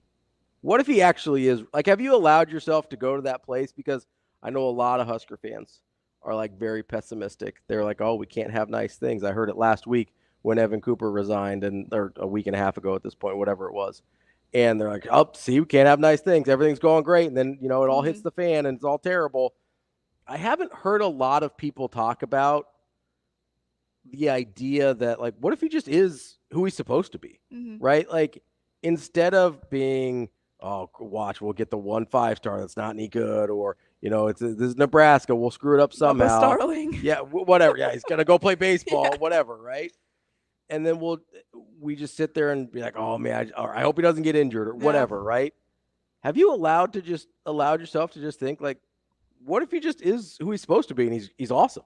That's a beautiful question. Yeah. Like, absolutely. Where does your mind go when you kind of start going down that path? I'm a hype beast for sure. Like, give me the Heisman odds. Like, now that you say that, I'm gonna go over to Iowa and put a $5 bet down on that. Thanks, Ravi, for letting me know the odds. But no, I mean, I'm all about it. I think innocent until proven guilty here. Like, right? He is what I think he is until he proves us wrong. Right. Also is what people like. Yes, he hasn't proven anything, but he hasn't done anything wrong either. It's not like we saw him in the spring game and we're like, oh God, this is terrible. There's been zero indication that he won't live up to the standard, but obviously you have to see how things play out, and you can't put that pressure on him, of course, and no 18-year-old kid should, be told, all right, you're going to be the Heisman or bust sort of thing. And that's not how it is. And I appreciate that Husker fans are apprehensive to wanting to jump on the train immediately and say, all right, Natty, we're going to the college football playoff because Dylan's going to save us this freshman season. Well, there's going to be some learning curves, and we will see that because that's a huge adjustment from no matter where you play in high school. I don't care if it's IMG. I don't care if it's Elkhorn South or wherever you are. Yeah. There is an adjustment between high school and college, the level of play, the physicality, the speed of things, how you're getting play calls, especially now you're going to hear him in the helmet too. It's going to be a lot different than what he's used to, but I still think there's a huge upside of Dylan, and anybody that I've talked to about him. And I mean, I spoke with Garrett McGuire, who, we've heard multiple times throughout the show, just about what makes him so good. And the one thing he told me is it's what's between the ears. And I love that so much. It's his mind. It's his IQ of the game. And that's something that you can't take away. Yeah. Which is what I think is huge. Like, you can say legs, you can say arm, you can say power, whatever, but you can't take away his football IQ and his ability to read situations and, make different reads on the field. And that's what I think we didn't have with Husker football in the past quarterbacks that have gone through the system, is just that high football IQ, that true quarterback that can sit in the pocket, but also, be mobile on his feet. I think you're going to see a lot of Dylan Raiola in just his versatility, but also I think it's fair to be excited and be hyped for him, because when's the last time that we've been excited about a quarterback in Nebraska is Adrian Martinez coming in freshman season. And I would say this is even more. Adrian, probably a 4-star out of high school? Was he a 5? He was a 4-star out of high school. And so this is probably close to, I would say it's close to what we felt about Adrian going into his sophomore year, right? Because we had seen it for a year. And then he was like third in Heisman odds going into his sophomore year. People were expecting a lot out of him. Yep. So that, I think, is probably similar hype-wise to what we're experiencing with Dylan right now, is what we expected in year 2 from Adrian Martinez. And that's been 5 years now. It's been a minute. And, it kind of just felt like I think that's part of the apprehension, right? Is last time we got really jacked up about a quarterback, it kind of fizzled out on us, and we weren't able to see that really through to its fruition. I mean, and I kind of think that actually might help Dylan, right? Because if he's and not that he can't handle the pressure, but if we're in a different situation as a fan base where, let's say Adrian Martinez's career goes differently or whatever, right? The last couple of quarterbacks Taylor Martinez, even if you want to go all the way back, after his first 4 or 5 games as a freshman, he looks like a Heisman winner. Yeah, I mean, he was talked about as somebody that could be in that conversation, and people were like, "Oh God, this is incredible."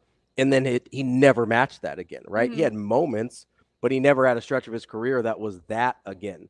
And so I think that, kind of trauma is aggressive as far as the term, but you know what I mean, like that experience of kind of getting let down and getting your hopes up and kind of getting your heart broken about these quarterbacks has caused us to be so apprehensive about Dylan that, I mean, how many times have you heard people say, it's like, if he's just average, they're going to win 8 games, right? Like, that's the expectation for Dylan Raiola right now. If he just doesn't turn the ball over and simply completes passes. Like, how many times has DB just said, like, I just want him to be able to play catch? Yeah. Right? We're not talking about him being Mahomes.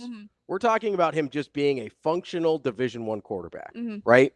Which, no hate to anybody that played quarterback last year, Nebraska did not have last year, right? I actually think Heinrich Haarberg might be a functional Division I quarterback this year with his growth. 100%. Like, I'm really big Heinrich Haarberg guy, and I'm not terrified of him being the backup the way some people are. I think it's actually good to have a guy with experience, and I think he keeps getting better, right?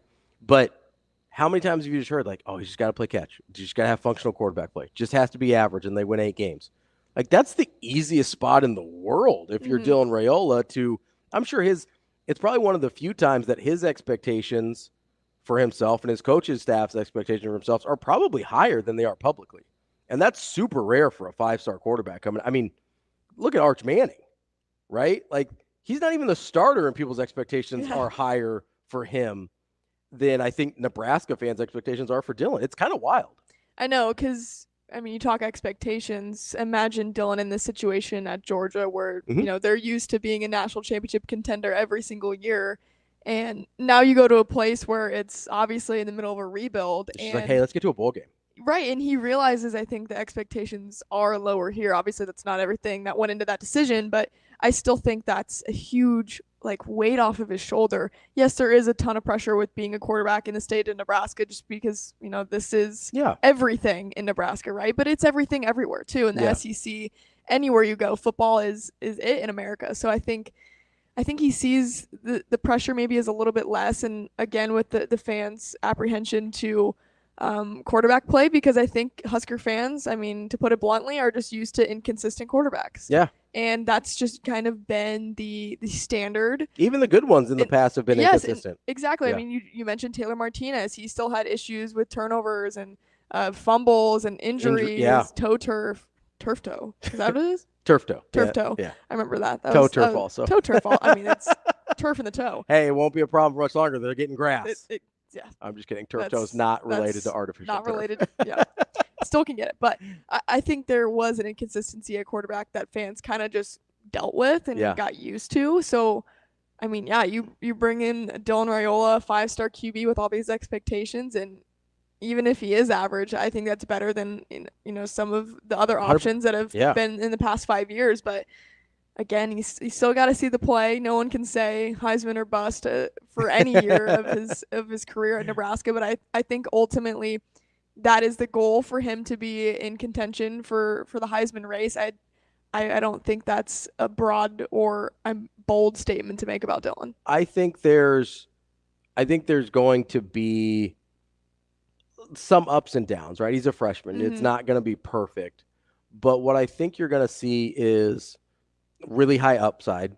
And I think the downside, the inconsistencies are going to be more like freshman mistakes and not what on earth are we doing here, right? I think that's kind of the frustration with the quarterback position at Nebraska in the last, I guess, couple years. Not as much with Casey Thompson, but if you kind of skip the Casey year before that with Adrian and then Jeff Sims and Heinrich and Chuba last year, it's just we don't even understand what we're watching half the time, where it's like, well, how do you fumble in that situation? How do you not catch a snap in that situation? It's not even like, oh, he was a freshman, he trusted his arm a little bit too much, tried to squeeze it into a window he couldn't make it into. I feel like Nebraskans can live with those types of like taking chances or taking risks on something, and then because those are things you can learn from.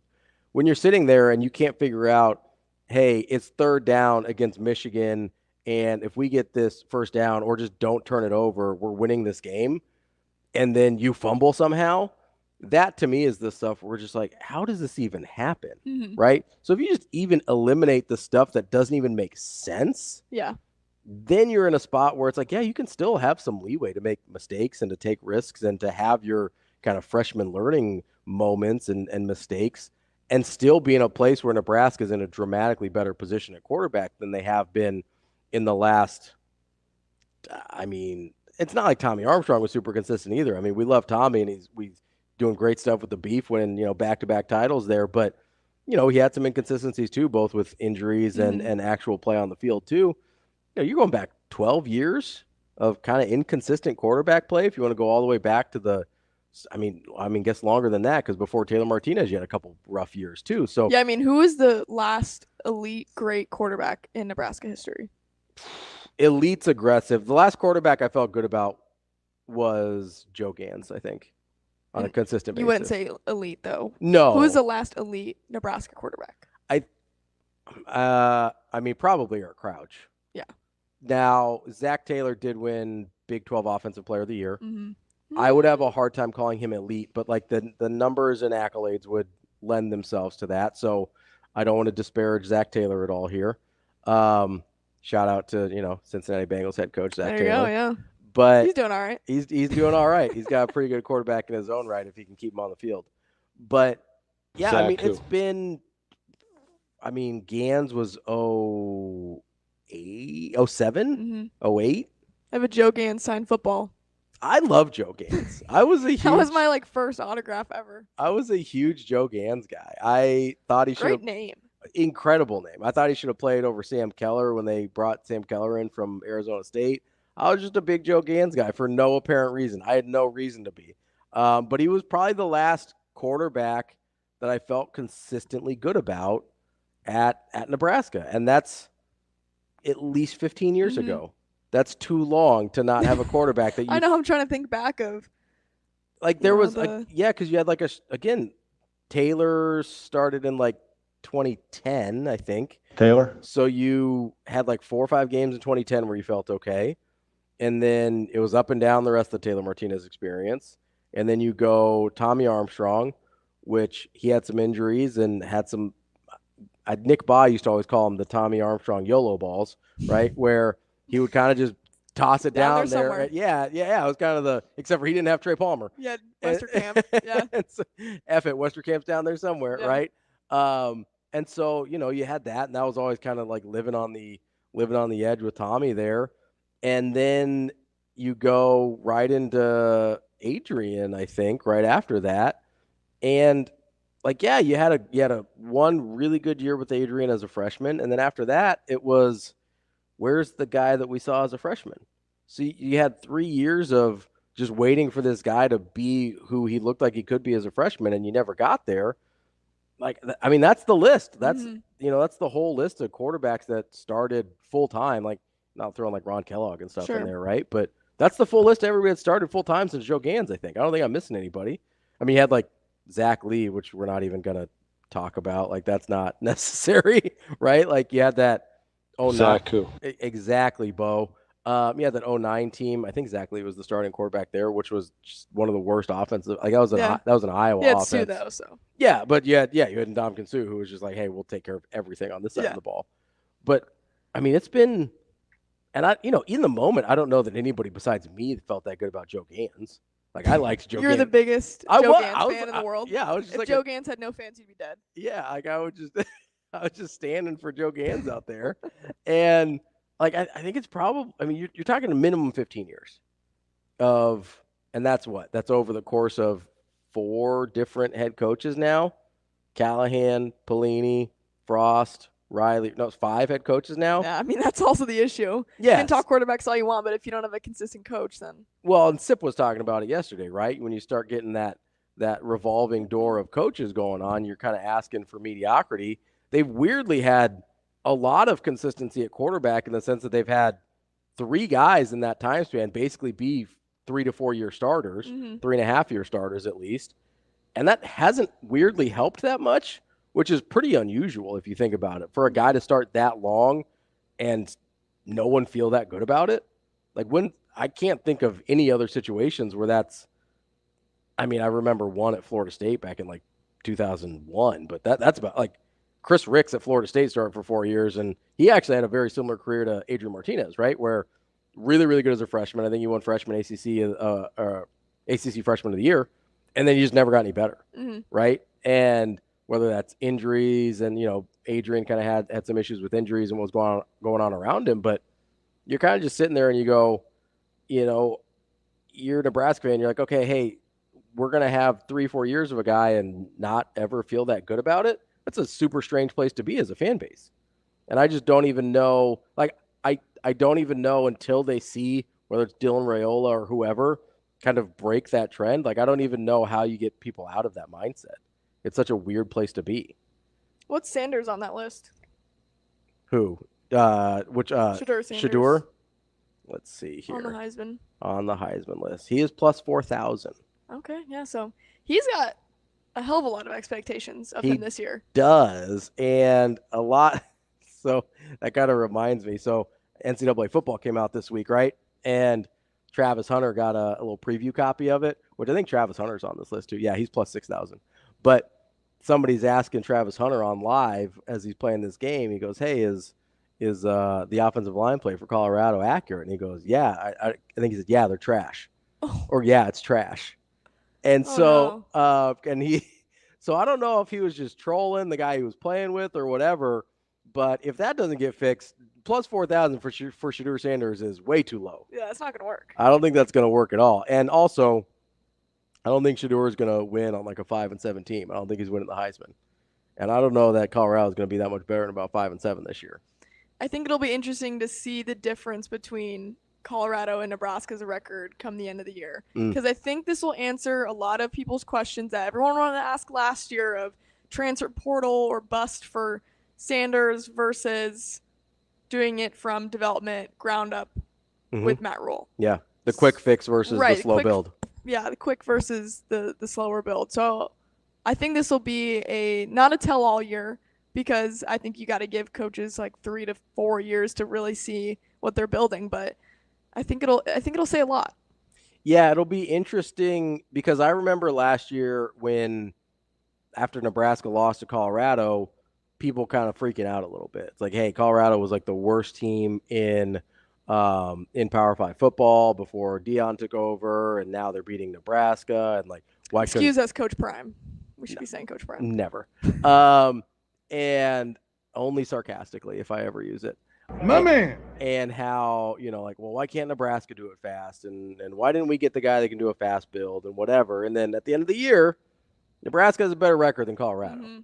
I know it's only by 1 game, and I know it's really hard to sit there and swallow the fact that, you know, it's a tough pill to swallow to be like, well, yeah, we still lost to that team, right? One of their 4 wins was to Nebraska.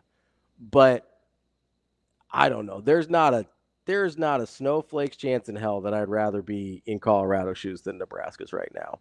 That whole situation is, and listen, maybe I'm wrong. Maybe they'll win games. That whole situation feels like a giant dumpster fire just waiting to ignite. It just, I love it. It smells to high heavens and doesn't make any bit of sense for what I believe to be true about how to build teams, right? Like, he's just got a bunch of mercenaries in there, doesn't even have that many of them. And if you look at the transfers and the classes he brought in, like, yeah, he's got a handful of high-end talent, and that's about it. And if we're talking about football, we always say football is the ultimate team game. Well, Deion's putting that to the test because he's betting that his 4 or 5 top guys can beat your next 5 through 20. They're all better than his. That's what we're testing here. Is Shedeur and Travis and who's the offensive? They got a true freshman 5-star offensive lineman whose name's escaping me right now. But you got a handful of these super high end guys. He said maybe 3 or 4 first rounders, and I'll take his word for it. Right? There's 2 for sure. If he's got 4 first rounders and then nobody else that gets drafted, where does that get you? That's the interesting conversation that is going to happen around Colorado this year, because they do have high end talent at a couple spots, and the most important spot at quarterback, right?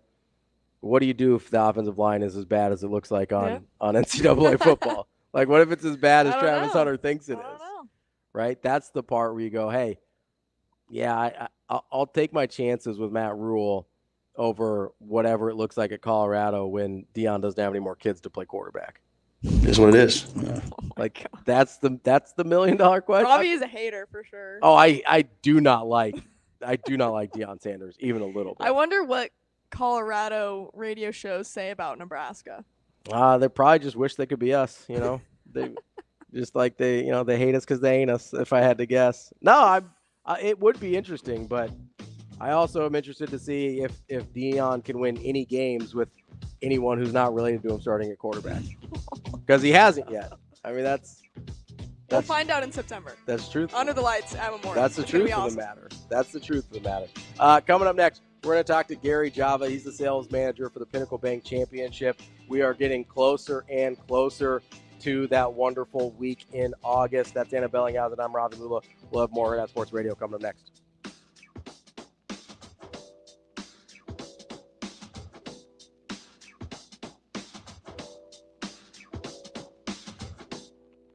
We will be back.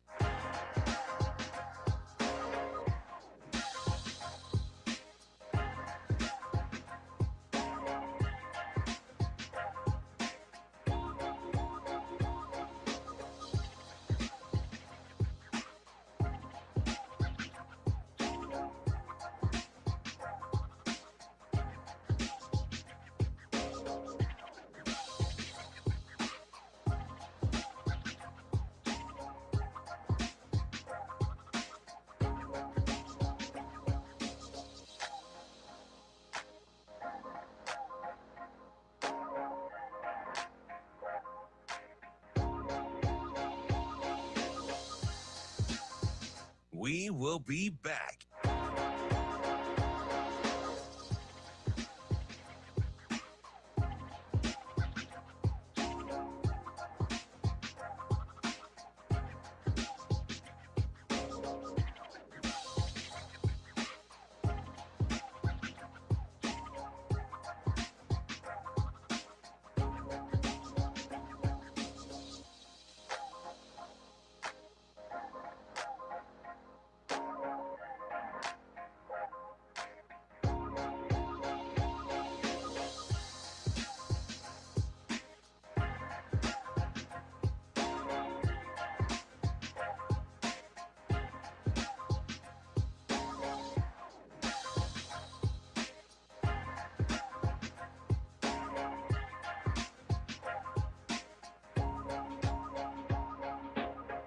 We will be back.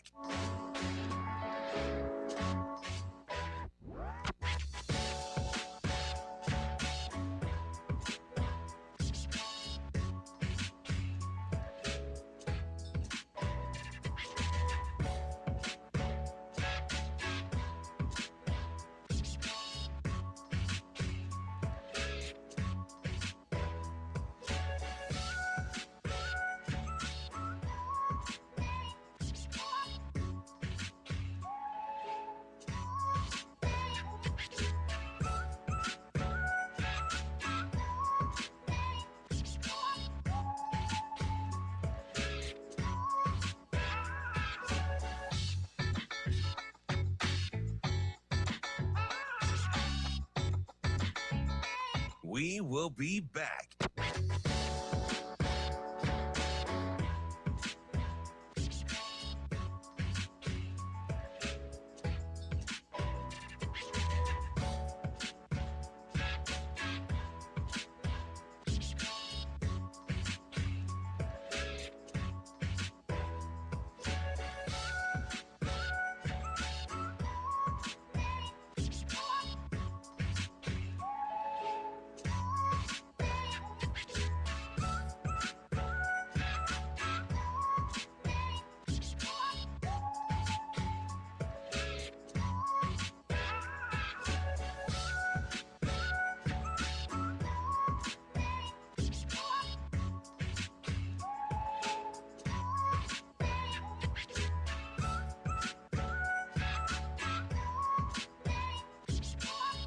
We will be back.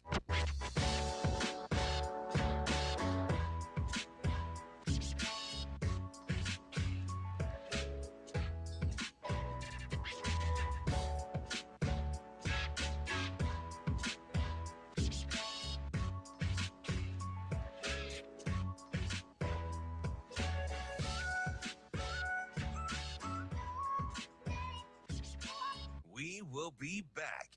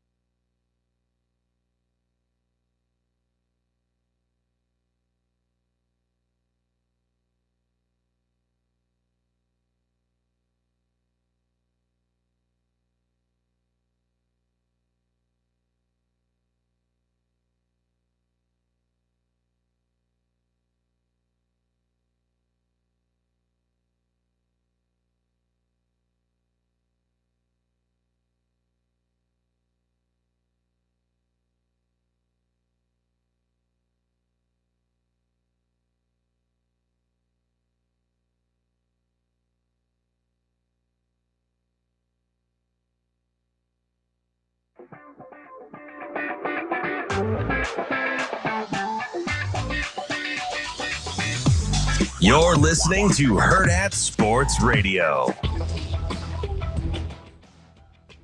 We're back here on Hurrdat Sports Radio, AM 590, ESPN Omaha, ESPN Tri-Cities, KFOR in Lincoln. That's Anna Bellinghausen. I'm Ravi Lulla here on the Pillar Exterior stage. We are joined now by Gary Java. He's the sales manager for the Pinnacle Bank Championship. Gary, how are you this morning? I'm doing great, Ravi, and I just wanted to say, Damon, you never sounded better. But I hope your voice changes by opening day. I'm sure it'll drop a couple octaves by then. Anna, you sound great. You sound smooth. You sound like you've done this a million times before. And go Mavs. Hey, I appreciate that. Thanks, Gary. Gary, so I learned something this morning because you are a guy that's done this kind of a million times before. I didn't realize that my producer, Sugar Shane over here, was your producer back in the day as well. Heck yes. And then we couldn't afford to keep him, and he moved on to greater things like you guys. If there was such a thing as keeping me in line when I was over caffeinated and younger, Shane was able to do that. Well, that's come on, Shane. That's his job with me now. I do. His salary demands are exorbitant, so I know exactly what you mean. Just a great guy. There's just people in your life, and as you get older and different things that you do, there's just those people that I don't care what the role is. That's somebody you want on your team. And I always call them Shane Gang. Shane Gang is one of those guys you always want on your team. 100%. We're glad he's on our team for sure. But let's talk about the team that you're a part of over there at the Pinnacle Bank Championship. We're just a few weeks away. Is this thing creeping up on you a little bit? It does, and it doesn't. I'll tell you, when things start moving, like we're making plans to quote unquote drop the trailers. our great partner, Samson Construction, our executive trailers that they put out at the golf course. Once we know they're going in, we're moving out, and we're at the golf course. We're at the club at Indian Creek for 2 months. So the week before 4th of July, things start dropping out here, and that's when you go, okay, here we go. Enjoy 4th of July weekend and no more days off till Labor Day. Man, so there's, as you're talking about dropping trailers and stuff out there, there's so much that goes on out at the Pinnacle Bank Championship. Even when you're out there and you're just kind of like, okay, and you don't really understand the magnitude of the job that you guys do to get this event to the place that it is every year. And I just have to, just to, I guess, give you your kudos. It's incredible how it looks every year and goes off without a hitch. Well, thanks for noticing, and thanks for saying that. And it has nothing to do with me. Our tournament director, Jessica Brabeck, has been with us all 8 years. Jessica and myself, we started in 2016 for our 2017 inaugural Pinnacle Bank Championship. So between Jessica, our tournament director, and this year our new director of operations, Marion High School's own Amelia Hansen, just getting everything taking care of all those moving parts and all the details. When you start, if you could come out and see our parking lot, the parking lot out here at the club, it's and just all the pieces and the parts and the metal and the glass, and just watch it going back and forth to the parking lot out to the 18th green and out to our par 3 17th hole. By the way, the frame is now up and the carpet has been laid on our NMC rental pavilion on the east side of the 18th green. That was just done yesterday, and things are really coming together. And I don't know how they do it. It's kind of like a magic act. I don't want to know how you do it. I just sit back and I try to do my job. Me and our director of sales, Brett Nelly. So, Gary, Oh, by the way, before I forget, I'm sorry, Robbie. No, go ahead. Before I forget, I guess I should don't bury the lead. August 5th through 11th. August 5th is our Monday Pro-Am, and throughout the week, our tournament play starts Thursday, August 8th, championship Sunday, August 11th. So I mentioned we're a couple weeks away, but those are the dates to keep in mind. And don't forget RSM Youth Day on Saturday, August 10th. Come all and bring the kids. So, Gary, I assume there's still tickets available for all the fine folks in Omaha to come out and see you. Heck yes. I should have said yeah. Jessica's in the other end of our office trailer, executive trailer, and I should say no, we're all sold out. No, absolutely. Go to the Pinnacle Bank Championship.com. You can purchase individual tickets there, grounds tickets, and clubhouse tickets, which allows access to the Indian Creek Clubhouse, which is otherwise during the tournament closed to the public. So that's an extra perk. Those are available there. People can still register and sign up to be a volunteer and be a part of Nebraska's only annual professional sports event. I got to get that in. College World Series is the only annual college sports event, and we're the only annual professional sports event in the state of Nebraska. So you can be a part of that as a volunteer, as a fan, and there's only 4 days of professional golf tournament, Corn Ferry Tour action in the state, and we've got those 4. It's great to be a part of. So, Gary, I know my favorite spot's over at 17 on the Hurrdat Harbor over there. What's one of the things that you like about the championship that is that's outside of the golf? I know you've got a ton of features out there. That's why all that construction's going on with all the metal and glass you were talking about. What's one of the things you like doing when you're out there as you're spending your time out that week? You know what I like the most is, like I call it in the sales business and political business, I guess, shaking hands and kissing babies. going out and saying hello and thank you to our great partners, our great sponsors, those who have been with us in the past, those who are new with us, and their guests and their clients, their prospects, their employees, It's a great opportunity for businesses for business development, client relations, we said prospecting, networking, employee relations, which has become pretty important in the business world since 2020. It's just a great way to go out and see people enjoying 4 days of professional golf at one of the players' favorite courses on the entire Korn Ferry Tour. Well, and even if you're not a huge golf fan, there's still plenty to do out at the Pinnacle Bank Championship, right? It's just a nice way to spend a couple days outside in Omaha, right? Absolutely. I say sometimes I hear people say, well, I'm not really a golfer, or our CEO isn't a golfer. So how many people go to the College World Series, never wore metal cleats in your day? It never played hardball or whatever. You go, it's a great event, and unlike other events, you can move around, walk around. You can go out and grab a drink, whether it's at public concessions or whether it's at one of the sponsors at one of the indoor-outdoor pavilions. Grab a cocktail, grab something to eat, and go out for a walk on just the nicest park that you're going to get to walk in. The beautiful course here at the club at Indian Creek. Just go out and enjoy the day, enjoy the weather, enjoy a few holes, follow certain golfers, or just stand in a spot and watch how different groups are playing that same hole. And it's just a great way to spend the day. Gary, I couldn't have put it better myself. We appreciate your time and looking forward to seeing you again in a couple weeks here. I look forward to you guys.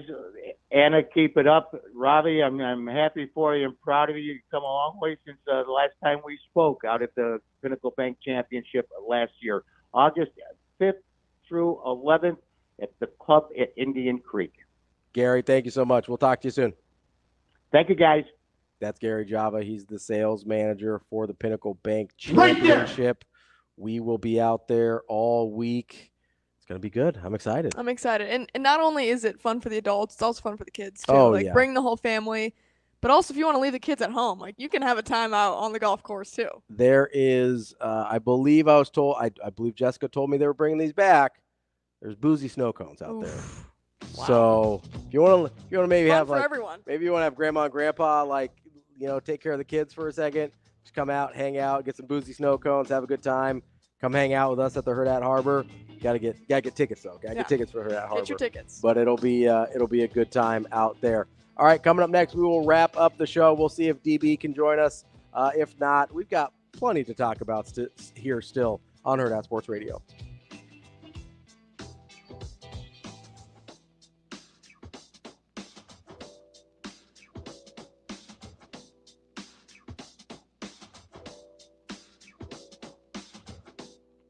We will be back.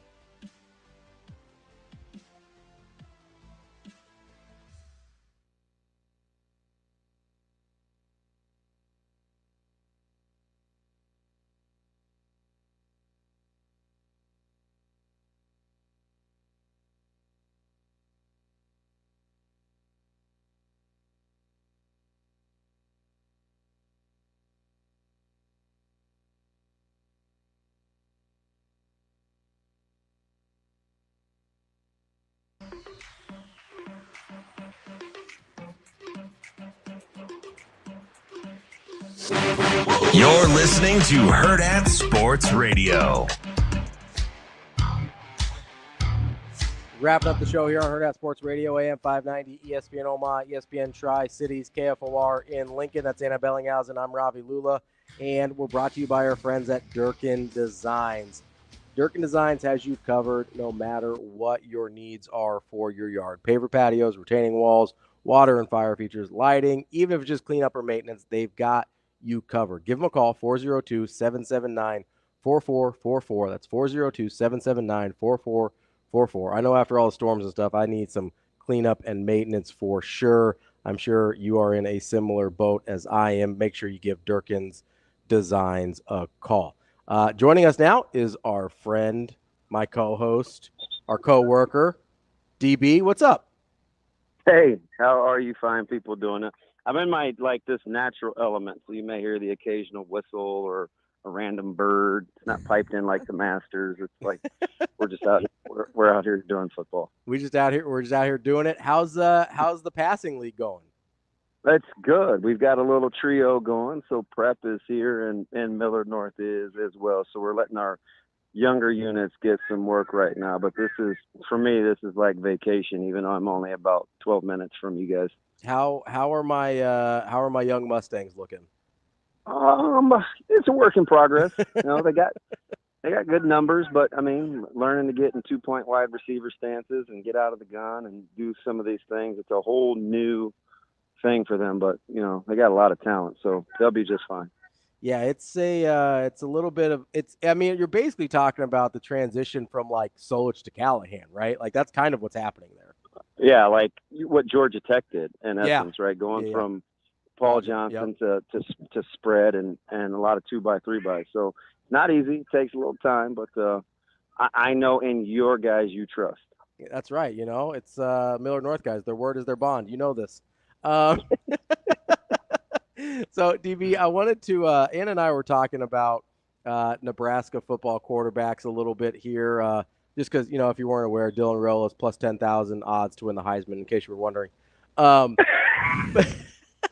same reaction, DB. Yeah. Hey, it's worth a flyer. I mean, hey, you know, just toss like $50 down, you make a nice little payday.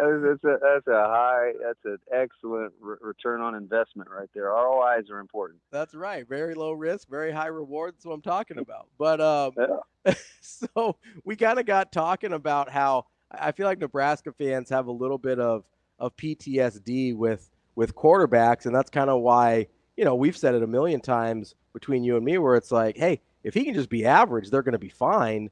And, you know, I think it's kind of crazy. Like, that's what our expectations are. Our hope is for a quarterback that comes in of this caliber.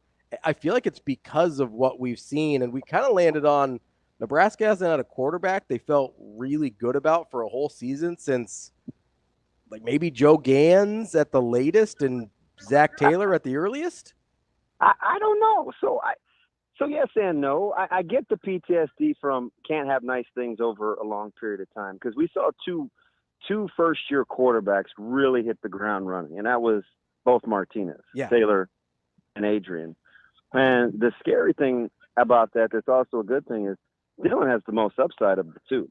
Of the natural quarterbacks, he clearly has the most upside between Adrian and Taylor. But Nebraska fans, we don't have to be gun shy. We've seen good first years, right? Taylor was incredible as a freshman, and Adrian showed you what he was capable of when he was healthy. So we don't have to reach.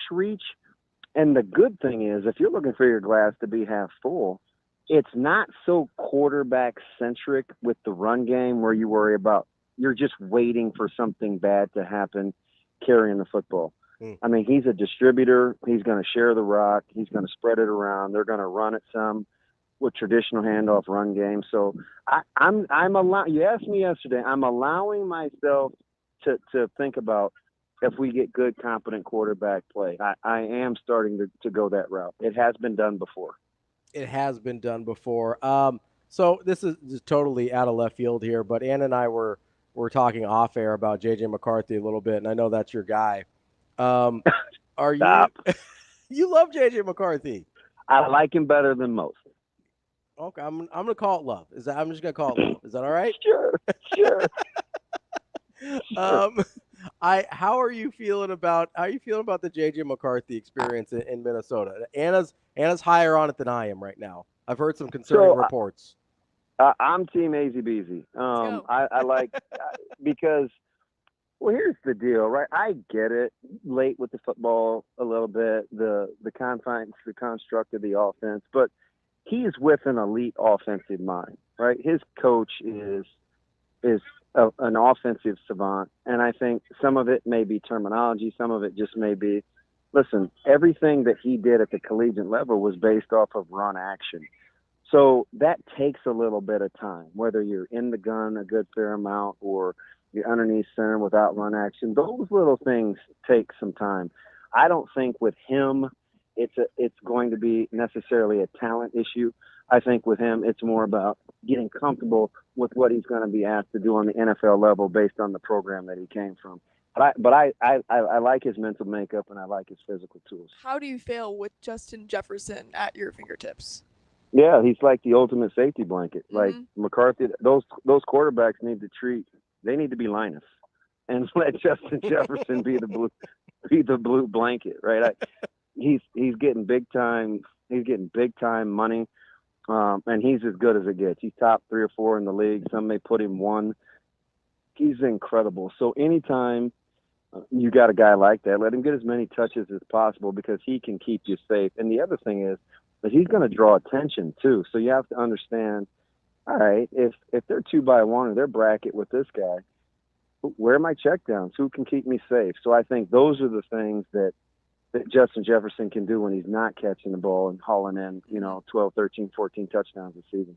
So DB, for whatever reason, Justin Jefferson talk there reminded me of the way Garrett McGuire was talking about Jamal Banks last night on Husker Sports Nightly. Not saying that Jamal Banks is Justin Jefferson. I want to make that very clear. What are the odds? But he was talking about him being for Dylan Raiola, what we're talking about Justin Jefferson being for J.J. McCarthy. Yep. He used the term quarterback's best friend. They were talking about going up and winning 50-50 balls. Do you think Jamal Banks is that guy? Well, so he can't. So relative to this offense, remember we talked about a month ago, he's the one that's not like the others. It's probably Banks and Bonner if you want to categorize 2 guys. Big bodied guys, yeah. You get it close. They can play like defenders. But the thing that Banks has that Bonner doesn't have is he's played in a big boy passing offense for multiple years. So he has experience under his belt. But it's not too far-fetched to think going back to the safety blanket thing, like Banks is tough. He's experienced. He understands where to sit down in 3 versus 2 versus, hey, if they're man under, what's going to take a hole throw. I think his football IQ from an experience standpoint really allows you to be pretty secure. So, it's like on this show, since I don't know what I'm doing, I trust your expertise. So you're kind of my safe landing spot. I would imagine as Dylan starts to get more comfortable and he's looking for a friend just to help him get by, I would lean on experience as well. Did you low-key just call yourself the 5-star quarterback of the show? Is that what just happened? yeah. Except problem is I'm only a 2-star, and I need a lot more Nayers and Banks and Lloyds than most. So I wanted to ask you about Nayer because I know you were super high on him in the spring. You still think after even what we've heard out of Garrett McGuire yesterday, I know he brought up Nayer a little bit, but he was super praiseworthy of Jamal Banks. You still think that Nayer out of the 2 ends up being more impactful? Yeah, so again, I think it's going to be a time thing. So even with Nayer, who has by far and away the most upside between the 2, Nayer's a Sunday talent. Bigger catch radius, more explosive. He just doesn't have Banks' experience. So it's more like a 6 in one hand, half dozen in the other. Banks is so complete right now because there's nothing really he hasn't seen. His work ethic is at a high level. His experience is at a high level. His knowledge is at a high level. He's an easy guy to default to. And that's no disrespect to Nayer. But if I'm looking at like high-end kind of Sunday talent, Nayer probably gets the nod there just because he's so explosive and long. But if you're looking for productivity in the short term, like in week one, definitely Banks is the experienced guy because he's been there, done that. All right, DB, got about a minute left here. I asked BC this question because we've talked about the secondary a lot, and I don't know if I asked it very well to him, so I'll try again with you. Is secondary the one place where you don't really know when you're talking about like getting the depth or getting the fifth corner spot? Like, it feels like everywhere else you know who the options are. It feels like basically anybody in that secondary room could be the ones filling those holes. Like, does that kind of make sense? Like, is there any other position on the team that's like that? No, I mean, that's fair. That's fair if it's relative to what everybody else is doing, because Singleton is healthy, Buford is healthy, Gifford is healty, right? Those guys are playing. Tommy Hill, Thomas, he'd be so mad. Tommy Hill's a guy that's going to play too. So you have 4 of the 5. Now, Charles is a guy. Hartzog is a guy. Hartzog could stay at safety, which may kind of bump Buford out because they're both kind of those field type safeties, but they're all going to play. So when you're talking about depth, we're not as familiar because you may have a Doss that has to play behind Hill. You may have to wait on a Bly Hill to get healthy, who we haven't seen play live. You may have to wait on Jeremiah Charles, who we haven't seen play live. So relative to what everybody else is doing on the field, where you could go 4 or 5 deep at outside linebacker or, 8 deep at D-line, it's fair to say that corners are or secondary is the least known from a depth standpoint, but at the high end, high quality end, they may be at the top. Don't forget, you won't have to wait on Caleb Benning because he's playing early, baby. Yeah. I'll never be so happy to be so wrong. It's fine. All right, I'll try not to drop any mics on you today, DB. We'll talk to you later. Wow. All right. Thanks. That's the show for today. We will be back with more Hurrdat Sports Radio tomorrow. See you. Have a good day. Love you.